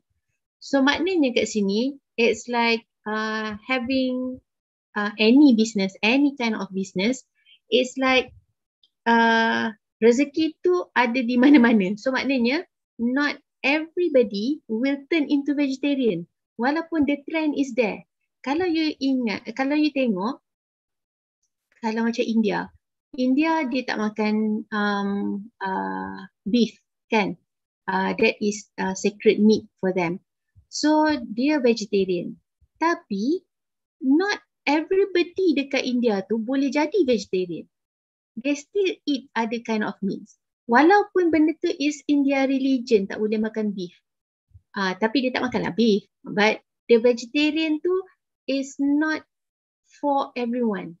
Not everyone can be vegetarian. So maknanya, that's why you don't need to feel that nanti lama-lama tak ada industri untuk livestock ni. Because dia kena balik, I think lah, ni my pandangan. Dia kena balik-balik yang kita ni omnivore. We are not herbivore. So, dia akan makan dua-dua juga. So daging dengan sayur tu both akan makan sebab kita ni nama dia manusia. So it will be there. It's just that mungkin trend tu will be different. For example, might be for the taste. Mungkin different kind of meat. Macam saya kata tadi, dulu tak ada industri rabbit in Malaysia for arnab. But right now, taste is there for people to try that. And then mungkin untuk rusa, deer, okay, the trend might be there. But then trend ni might be not sustainable. Okay, mungkin tak lama. So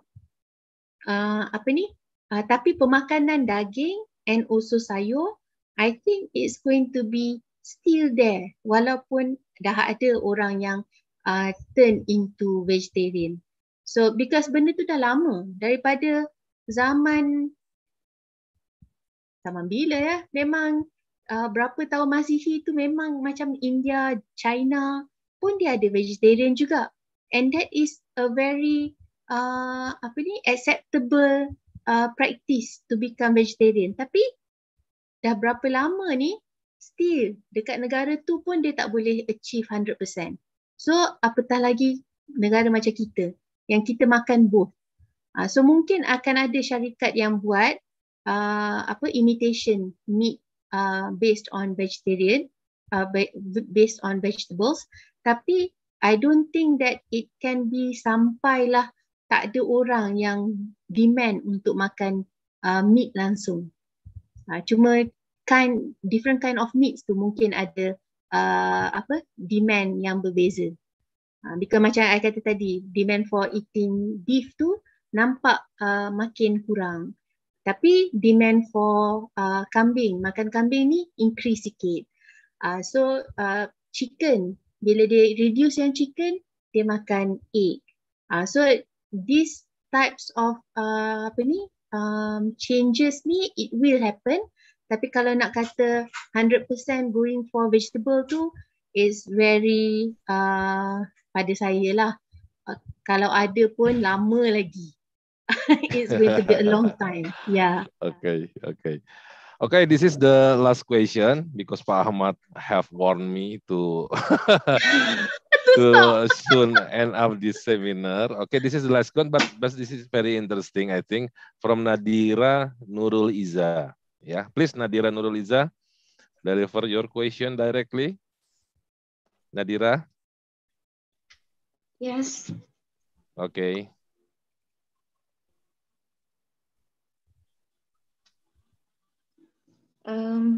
Thank you for mengizinkan saya. My question is how to reassure consumer to believe again after the issue circulating in Malaysia, such as the halal logo issue.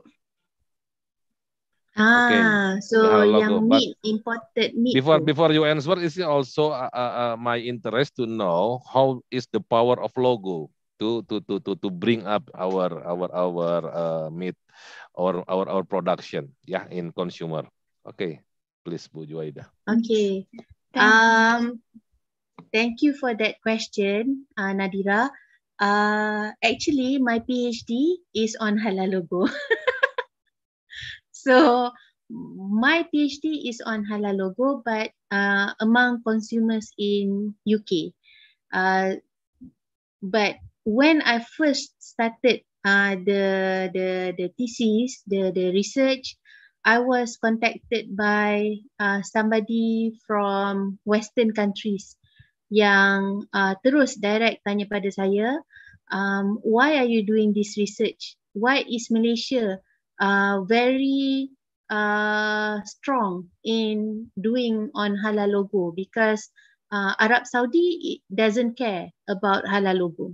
Okay, the answer for that was that for me, Arab Saudi is okay because total population is Muslim, so they depend solely on the government. So that means whatever the government luluskan untuk masuk ke negara tu memang confirm halal. So dia tak perlukan halal logo tu. What we have in Malaysia and also Indonesia, we have different races, we have different religion. So maknanya bukan semua usahawan, entrepreneur, bukan semua companies Muslim companies.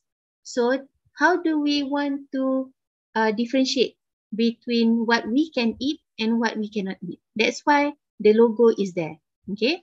So what Malaysia has done is that dia betul-betul jaga so that we use only one JAKIM logo. Dulu memang banyak jenis design halal, and you can just write halal and everybody accepts that is halal and you can eat. Tapi there's one time where the government jadikan itu satu kesalahan. You cannot put halal logo if it is not JAKIM halal logo.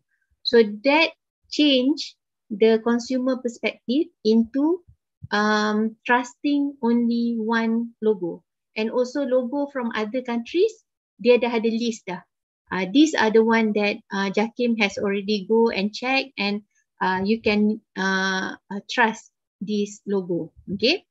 So when we have imported meats issue before this, people stop buying imported meats. Walaupun yang tu adalah the trusted ones.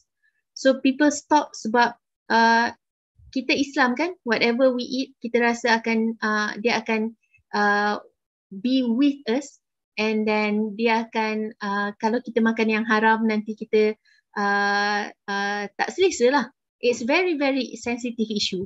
So I salute jugalah because the government bila dah tahu isu tu it's being exposed, so cepat-cepat take action to the industry player yang buat benda tu, yang gunakan logo yang tak betul, yang import daging tak halal and then put the halal logo on that. So maknanya orang nampak that those who are responsible are being punished for it, and memang nampak yang brand mana yang buat memang terus collapse lah business dia. So these are the things yang macam kita panggil damage control. Okay, so that the trust is still going to be there for the logo that we have stated before. So maknanya kalaulah lepas jadi incidents you tak buat damage control, then lama-lama trust tu takkan ada dah. But I see that the issue was with us for about 6 bulan lebih jugalah, setahun jugalah. Ada orang lagi yang refuse to buy imported meats walaupun ada halal logo dekat atas tu. So that actually increase the demand for local supply. Tapi local supply pun samalah macam I cakap, even if it's locally produced in Malaysia, dia ada produced by non-Muslim businesses too. So they also need to put the halal logo. So this makes it very unique setting lah dekat Malaysia. Tapi another thing is that everything right now ni is on your fingertip, sebab semua orang ada handphone and semua orang boleh Google. So this is also where kalau jadi something, kita bukan macam dulu lagi. Kalau dulu tak masuk dalam newspaper, orang takkan tahu. Sekarang ni tak masuk newspaper pun semua orang tahu, viral. Okay, so the way how you want to handle the information, spreading of information ni pun, it has to be good lah. So that is my answer for that. Okay, thank you very much. So logo is related to the trust, yeah, and one of the homework is building trust, yeah, not only halal maybe Bu Juwaidah, but also for example local produce, or this is my neighbor production, and etc. Right? Yes. Okay, thank you very much, ladies and gentlemen. We finally come to the end of this seminar. I really apologize for all participants that have raised a question, especially Bu Dace, our colleague Bu Juwaidah from reproductive technology. But considering this limited time here, I hope it can be answered in the next event. Before I close the seminar, I would like to take the conclusion from what the speaker has presented. But that is not conclusion maybe, but the important point is Bu Juwaidah have raised an issue about the significant impact for tourism industry that will alter our culture in getting food. Yeah, so the information is very important here, and there is a need for students to understand the food evolution related to the other industry. And the second is Malaysian to produce livestock. Malaysian way to produce livestock. I underline that you have different treatment. That the demand is another problem with the supply, and you separate it. Okay, we can fulfill the demand from the imported, but we have also export our production. Maybe I think that is very good methods to sustain our production. And third, maybe in the context of food security, instead of focus on raising the number of production, we can also consider our habit in consuming food, precising food. So don't waste your food. Okay, maybe that is the important point from me. I would like to thank Bu Juwaidah for the informative and interesting presentation. Also, all the participants for the very active participation in this event.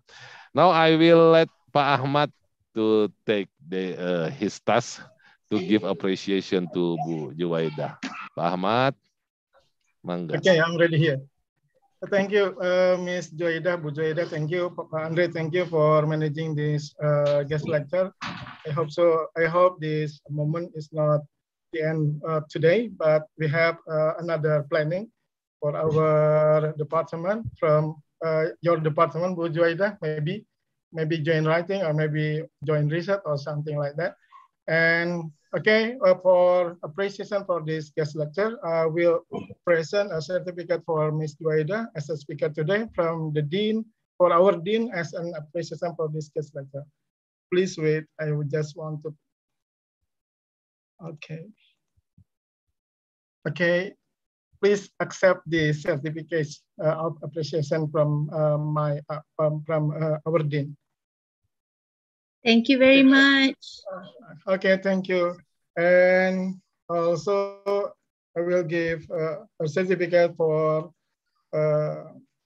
Mr. Andre, certificate, sorry, for as a moderator and managing this guest lecture today. Thank you very much, Pak Ahmad. Okay, thank you very much.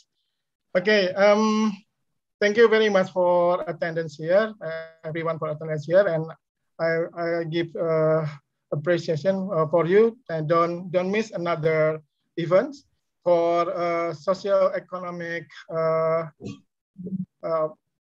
students. Please, we have a next agenda for next Saturday. Yes, we have a workshop series, so don't miss it, the event. And please don't leave for a while. Ms. Juwaidah, I want to invite.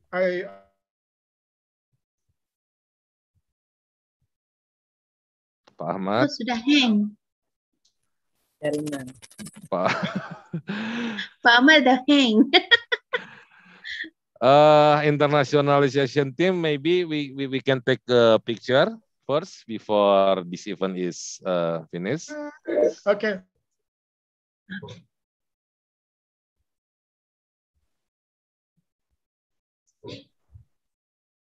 Who will take the picture?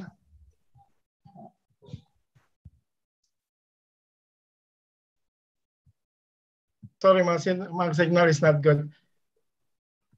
Pak Ahmad di foto dulu, ambil dokumentasi. Okay, please open on your camera, please. Everybody. Okay, 1, 2, 3. Not yet, Pak Ahmad. Please be patient. Okay, 1, 2, Not 3. yet. Not yet. Okay, also. Okay. Okay. 1, 2, 3. Okay, please on camera. 1, 2, 3. Okay. Okay, that's enough. Okay. Thank you for my student. Just don't leave Miss Juwaidah for a while. I want to introduce my lecture in my colleague in department, and just discuss a little discussion with you. Okay, so everybody, student can leave this room, or Pak Rangga, can you make a breakout room? Yes. Thank you for all the students. Okay. Okay, before you leave, we give applause for Mrs. Juwaidah for the nice presentation. Thank you. Thank you. Thank you so much.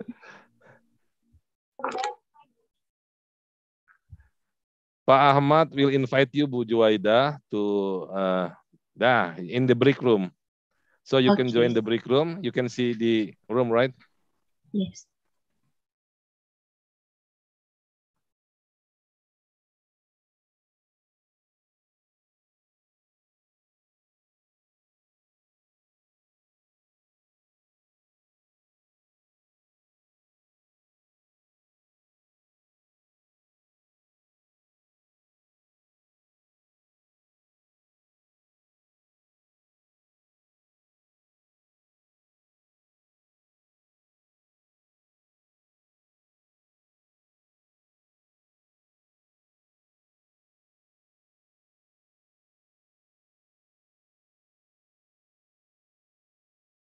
Untuk Bapak Ibu dosen yang lain, mangga Bu Linda. Mangga Bu Linda join, Pak Sondi, Pak Unang. Yang dari Departemen Sosial Ekonomi, mangga dipersilahkan gabung. Pak Zikri Ahmad.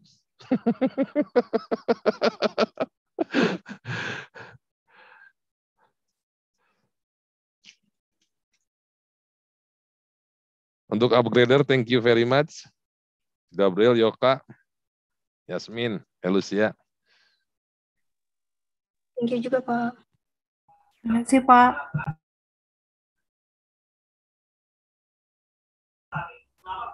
Nanti terlibat lagi ya di itu ya.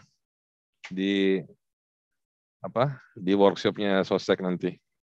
Se-Asia. Wah, boleh, Pak. Iya dong. Pak